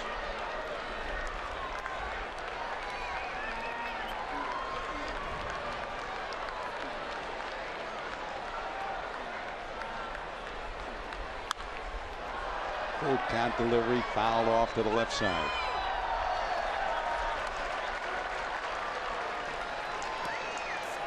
Now you talked when the night started, Chris, about Cody Reed, and Jim Day talked about it. His excitement of playing here at AT&T Park. For Billy Hamilton, same story too. If you're a great center fielder, this is the kind of park where you'd love to play. There's such a wide expanse out there that you can really show what you can do. 3-2. He holds on it, ball 4, so the Reds have a life in the 9th. Well, what Billy has shown what he can do, he really hasn't had an opportunity to make any long runs and great defensive plays, but he has shown on the base paths so far tonight that he can be more disruptive. He can steal your run here and there, although the Reds are down 3. Billy has 2 stolen bases, now 34 on the season, and 160 for his career. Here's Cozart. Zach 1 for 4, singled his last time up. Cozart can reach. Votto would bring the tying run to the plate here in the 9th. Joey's already homered tonight and has 2 hits.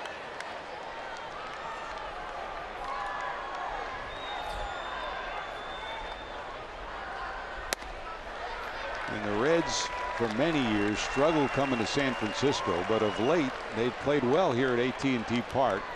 With that win last night, the Reds are now 30-29 at AT&T Park.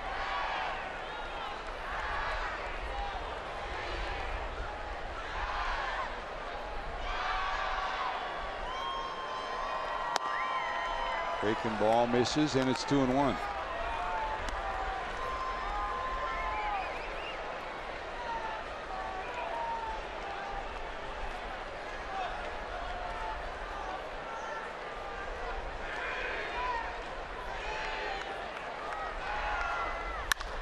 Line drive right center. That's going to drop for a hit. Hamilton turns the corner at second, and he'll cruise into third. First to third goes Billy. So now the Red scenario unfolds with Votto coming to the plate. Now remember, they've already used Lopez. He's the guy that they always have as money in the bank against Votto and Bruce. There's no one throwing in the bullpen, so it'll be Casilla against Votto. Votto represents the tying run. And you got to figure this is all that Brian Price really wanted to do, is to get Votto and Bruce to the plate, where a chance to either tie the ball game up like Votto can, or maybe win the game if Votto gets on and Bruce comes up. No lefty to go to. Casilla's got 21 saves, but it hasn't been all that easy for him.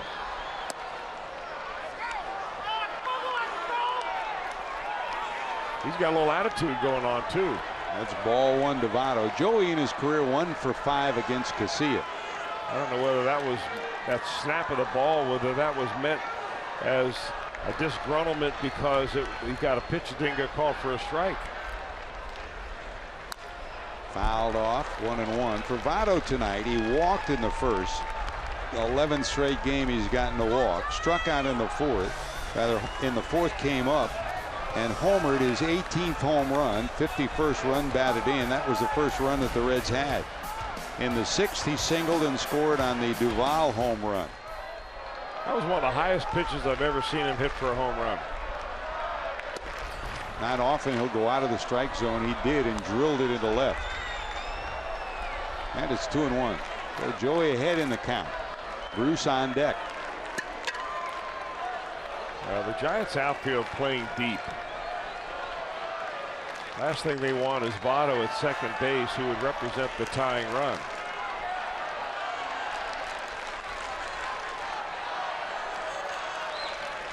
Casilla to the stretch, first and third with one out.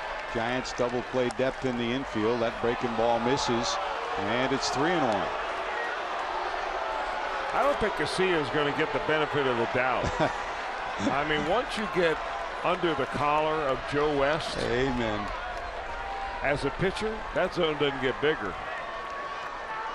It's the incredibly shrinking strike zone. That may be his next single on his next CD. Line drive fouled off to the left side. But there's a whole bunch of pitchers out there that can write the lyrics for him. Full count, 3-2. So Cozart down at first. Hamilton down at third. And Belt will play behind the runner at first. Well, we'll see what Brian Price does. Would you send the runner 3-2 with one out, try to stay away from the double play? If it's Votto, yeah.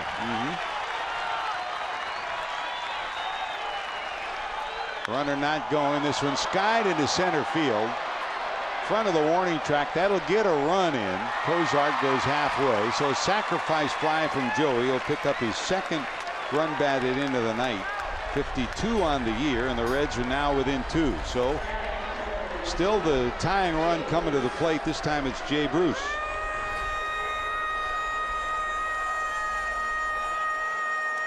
And give the Reds credit, they battled back once again. The big difference in this game was one swing of the bat. It came early from Matt Cain, the starting pitcher for the Giants. A 3-run home run off Cody Reed.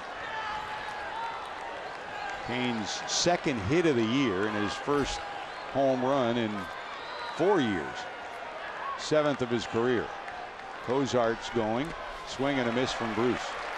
So no force available at second now. A base hit by Bruce could bring the Reds to within 1. as the outfield again playing deep. It's a no doubles defense. They're backed up almost to the warning track in all 3 spots. Jay tonight, his 24th homer. That came to lead off the 8th inning. The good news for the Reds, they had back-to-back homers in the 8th, but they led off the inning, so no one on board. In the 8th, leading off, Bruce Clubbs, number 24 on the season. And right after him, Adam Duvall clubbed his 24th.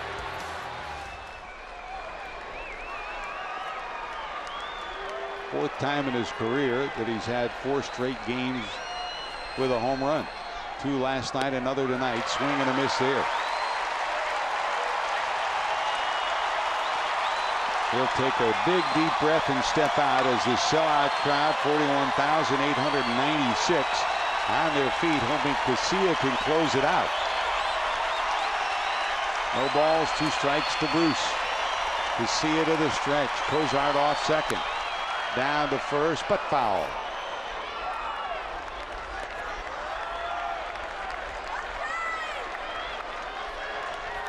Casilla's had success against Bruce in his career. Jay's only 1 for 7, and very often he'll come in and then give you that backdoor slider on the outside corner.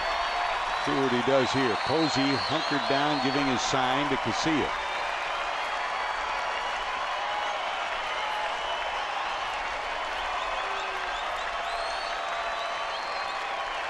He's setting up, down and away. And it's up and away. Bruce last night, 2 home runs, numbers 22 and 23.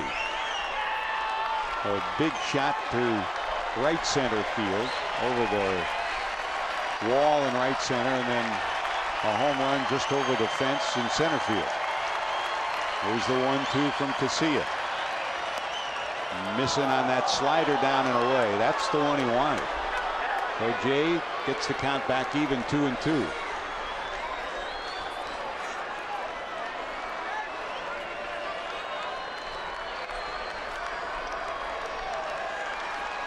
They've overshifted now with Crawford behind the second base bag. 2-2, 2 outs. Reds down by 2 here in the top of the 9th.